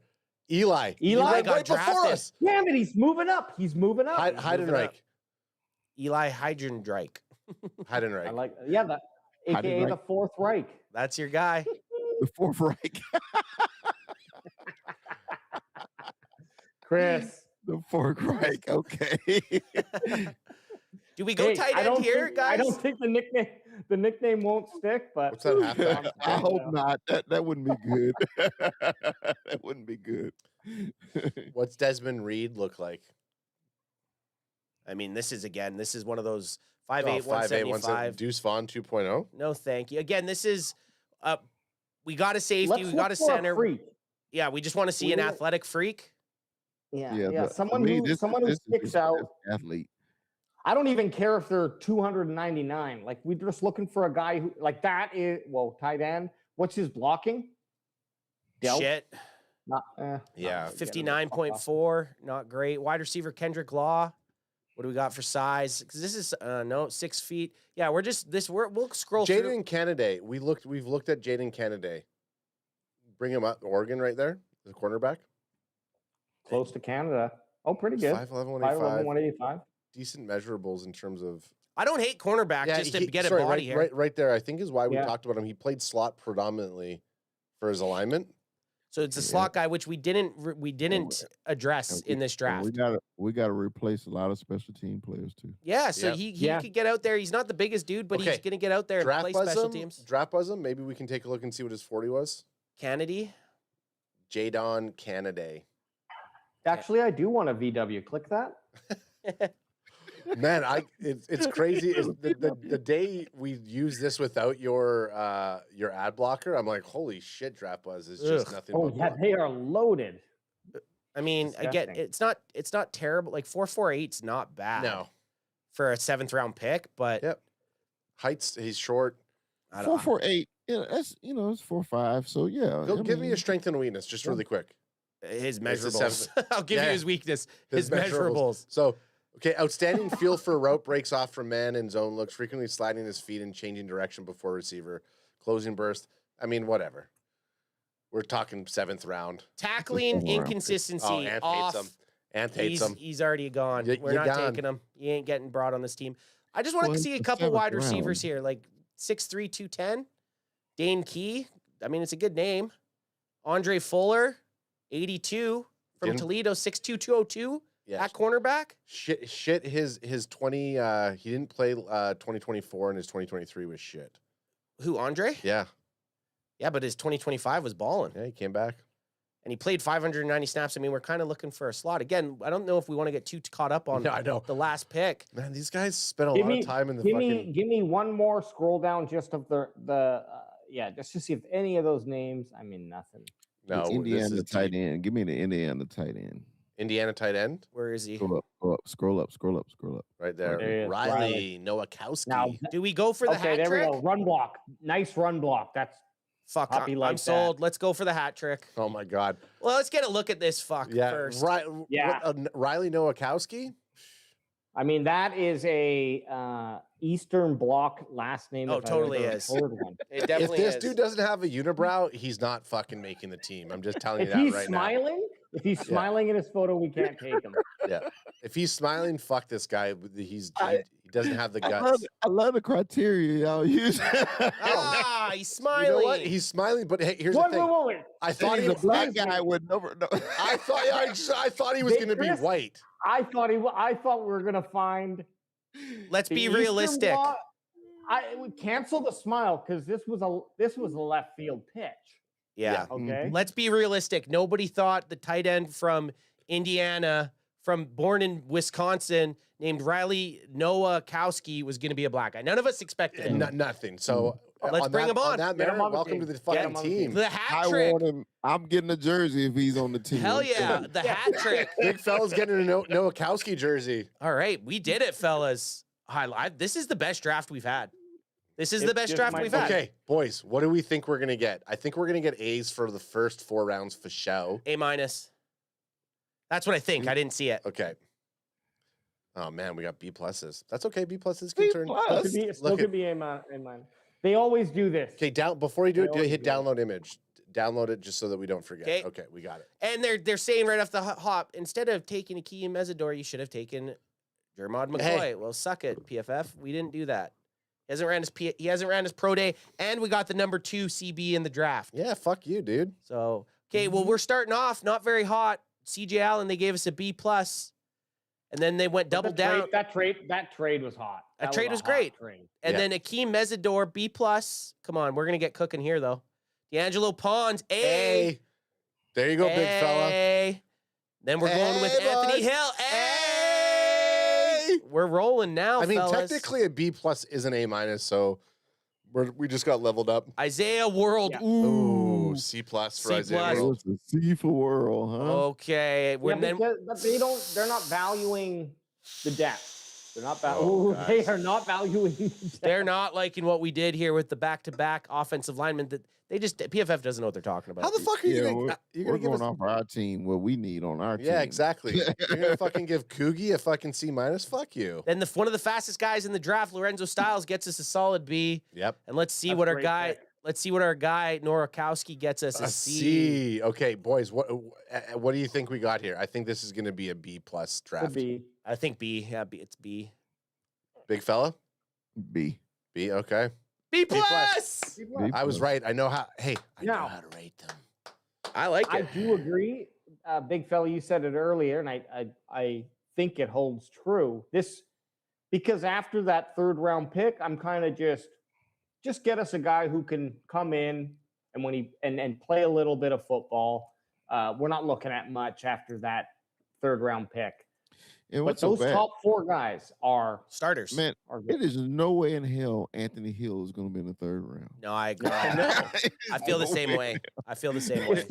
especially if the in the top 5 picks, what I'm seeing anyways is Styles and who is it? Reese going right. So right away, there's no way that if someone else wants a linebacker, they're not going to let him go to the 3rd round. He'll get. Hey, There's gonna be a picked up in run. second. Just imagine if this draft ever came true for the Cowboys. We'd be stoked. Four starters right off the bat. 4? Yeah, we'd be stoked. We'd Yeah. be very happy. We'd be very. I would be so ecstatic. I'd be ready to roll. Let's rock, and then we would just have to live with rookie mistakes. But I would live with it because we know they're all athletes. and Absolutely. they can learn. So All right. Well, that's mock draft version 3 of the Can Fan mock draft series with our guy, big fella in Seattle, AJ, all the way down in Cancun, Mexico. When are you back, AJ? When are you in studio next? Well, I'm back next Wednesday. I got a late flight, so we do the show on a Tuesday or a Thursday. I could be in studio. Yeah, let's do Wednesday, I Thursday. won't make the show. And then, Okay, yeah. well, you just cemented it. Thursday show next week. Anyone that's still sticking around, big fella, always a pleasure having you on. I can't wait for you to be in studio for, you were saying, possibly day 3 of the NFL draft this year. We've noticed you have been ramping up your draft talk on your guys' YouTube page. What have you guys been doing over at the Cowboy Up podcast? Yeah, this week we're doing the corners, man. We had our sleeper. We had Davis day before. We had Colton Hood today, and we got one of my favorites tomorrow. But this is corner week. Next week we going on the offensive side, man. Me, Kuiper, AZ are knocking down these draft picks, man. We're just trying something different this year. We wanted to dip our little toes into the draft like everybody else. So we're having a good time, man, trying to break down these players and see who we can get on these Cowboys. Well, we appreciate it, you coming on, man. Yeah. Oh, yeah. Yeah. What I love about your show is you and Kuiper have a great chemistry, and you're a knowledgeable dude, as we just found out tonight. Of course, that's why that's the only reason we bring you on. Thank you. Thank you. But Kuiper also he's got a really insightful view. So yeah, and I like him, man, because I know he's a Cardinal fan, but look, one thing about Kuiper, man, he's young, he's knowledgeable, and anybody at his age that has that knowledge of football, like I had that passion, when I was his age, man, I love football so much, man, I breathed it. Right. So when he came along and I was like, bro, you want to just hang out with us? And next thing you know, he started. And when we did our draft show, our first draft show, you can go back and watch it.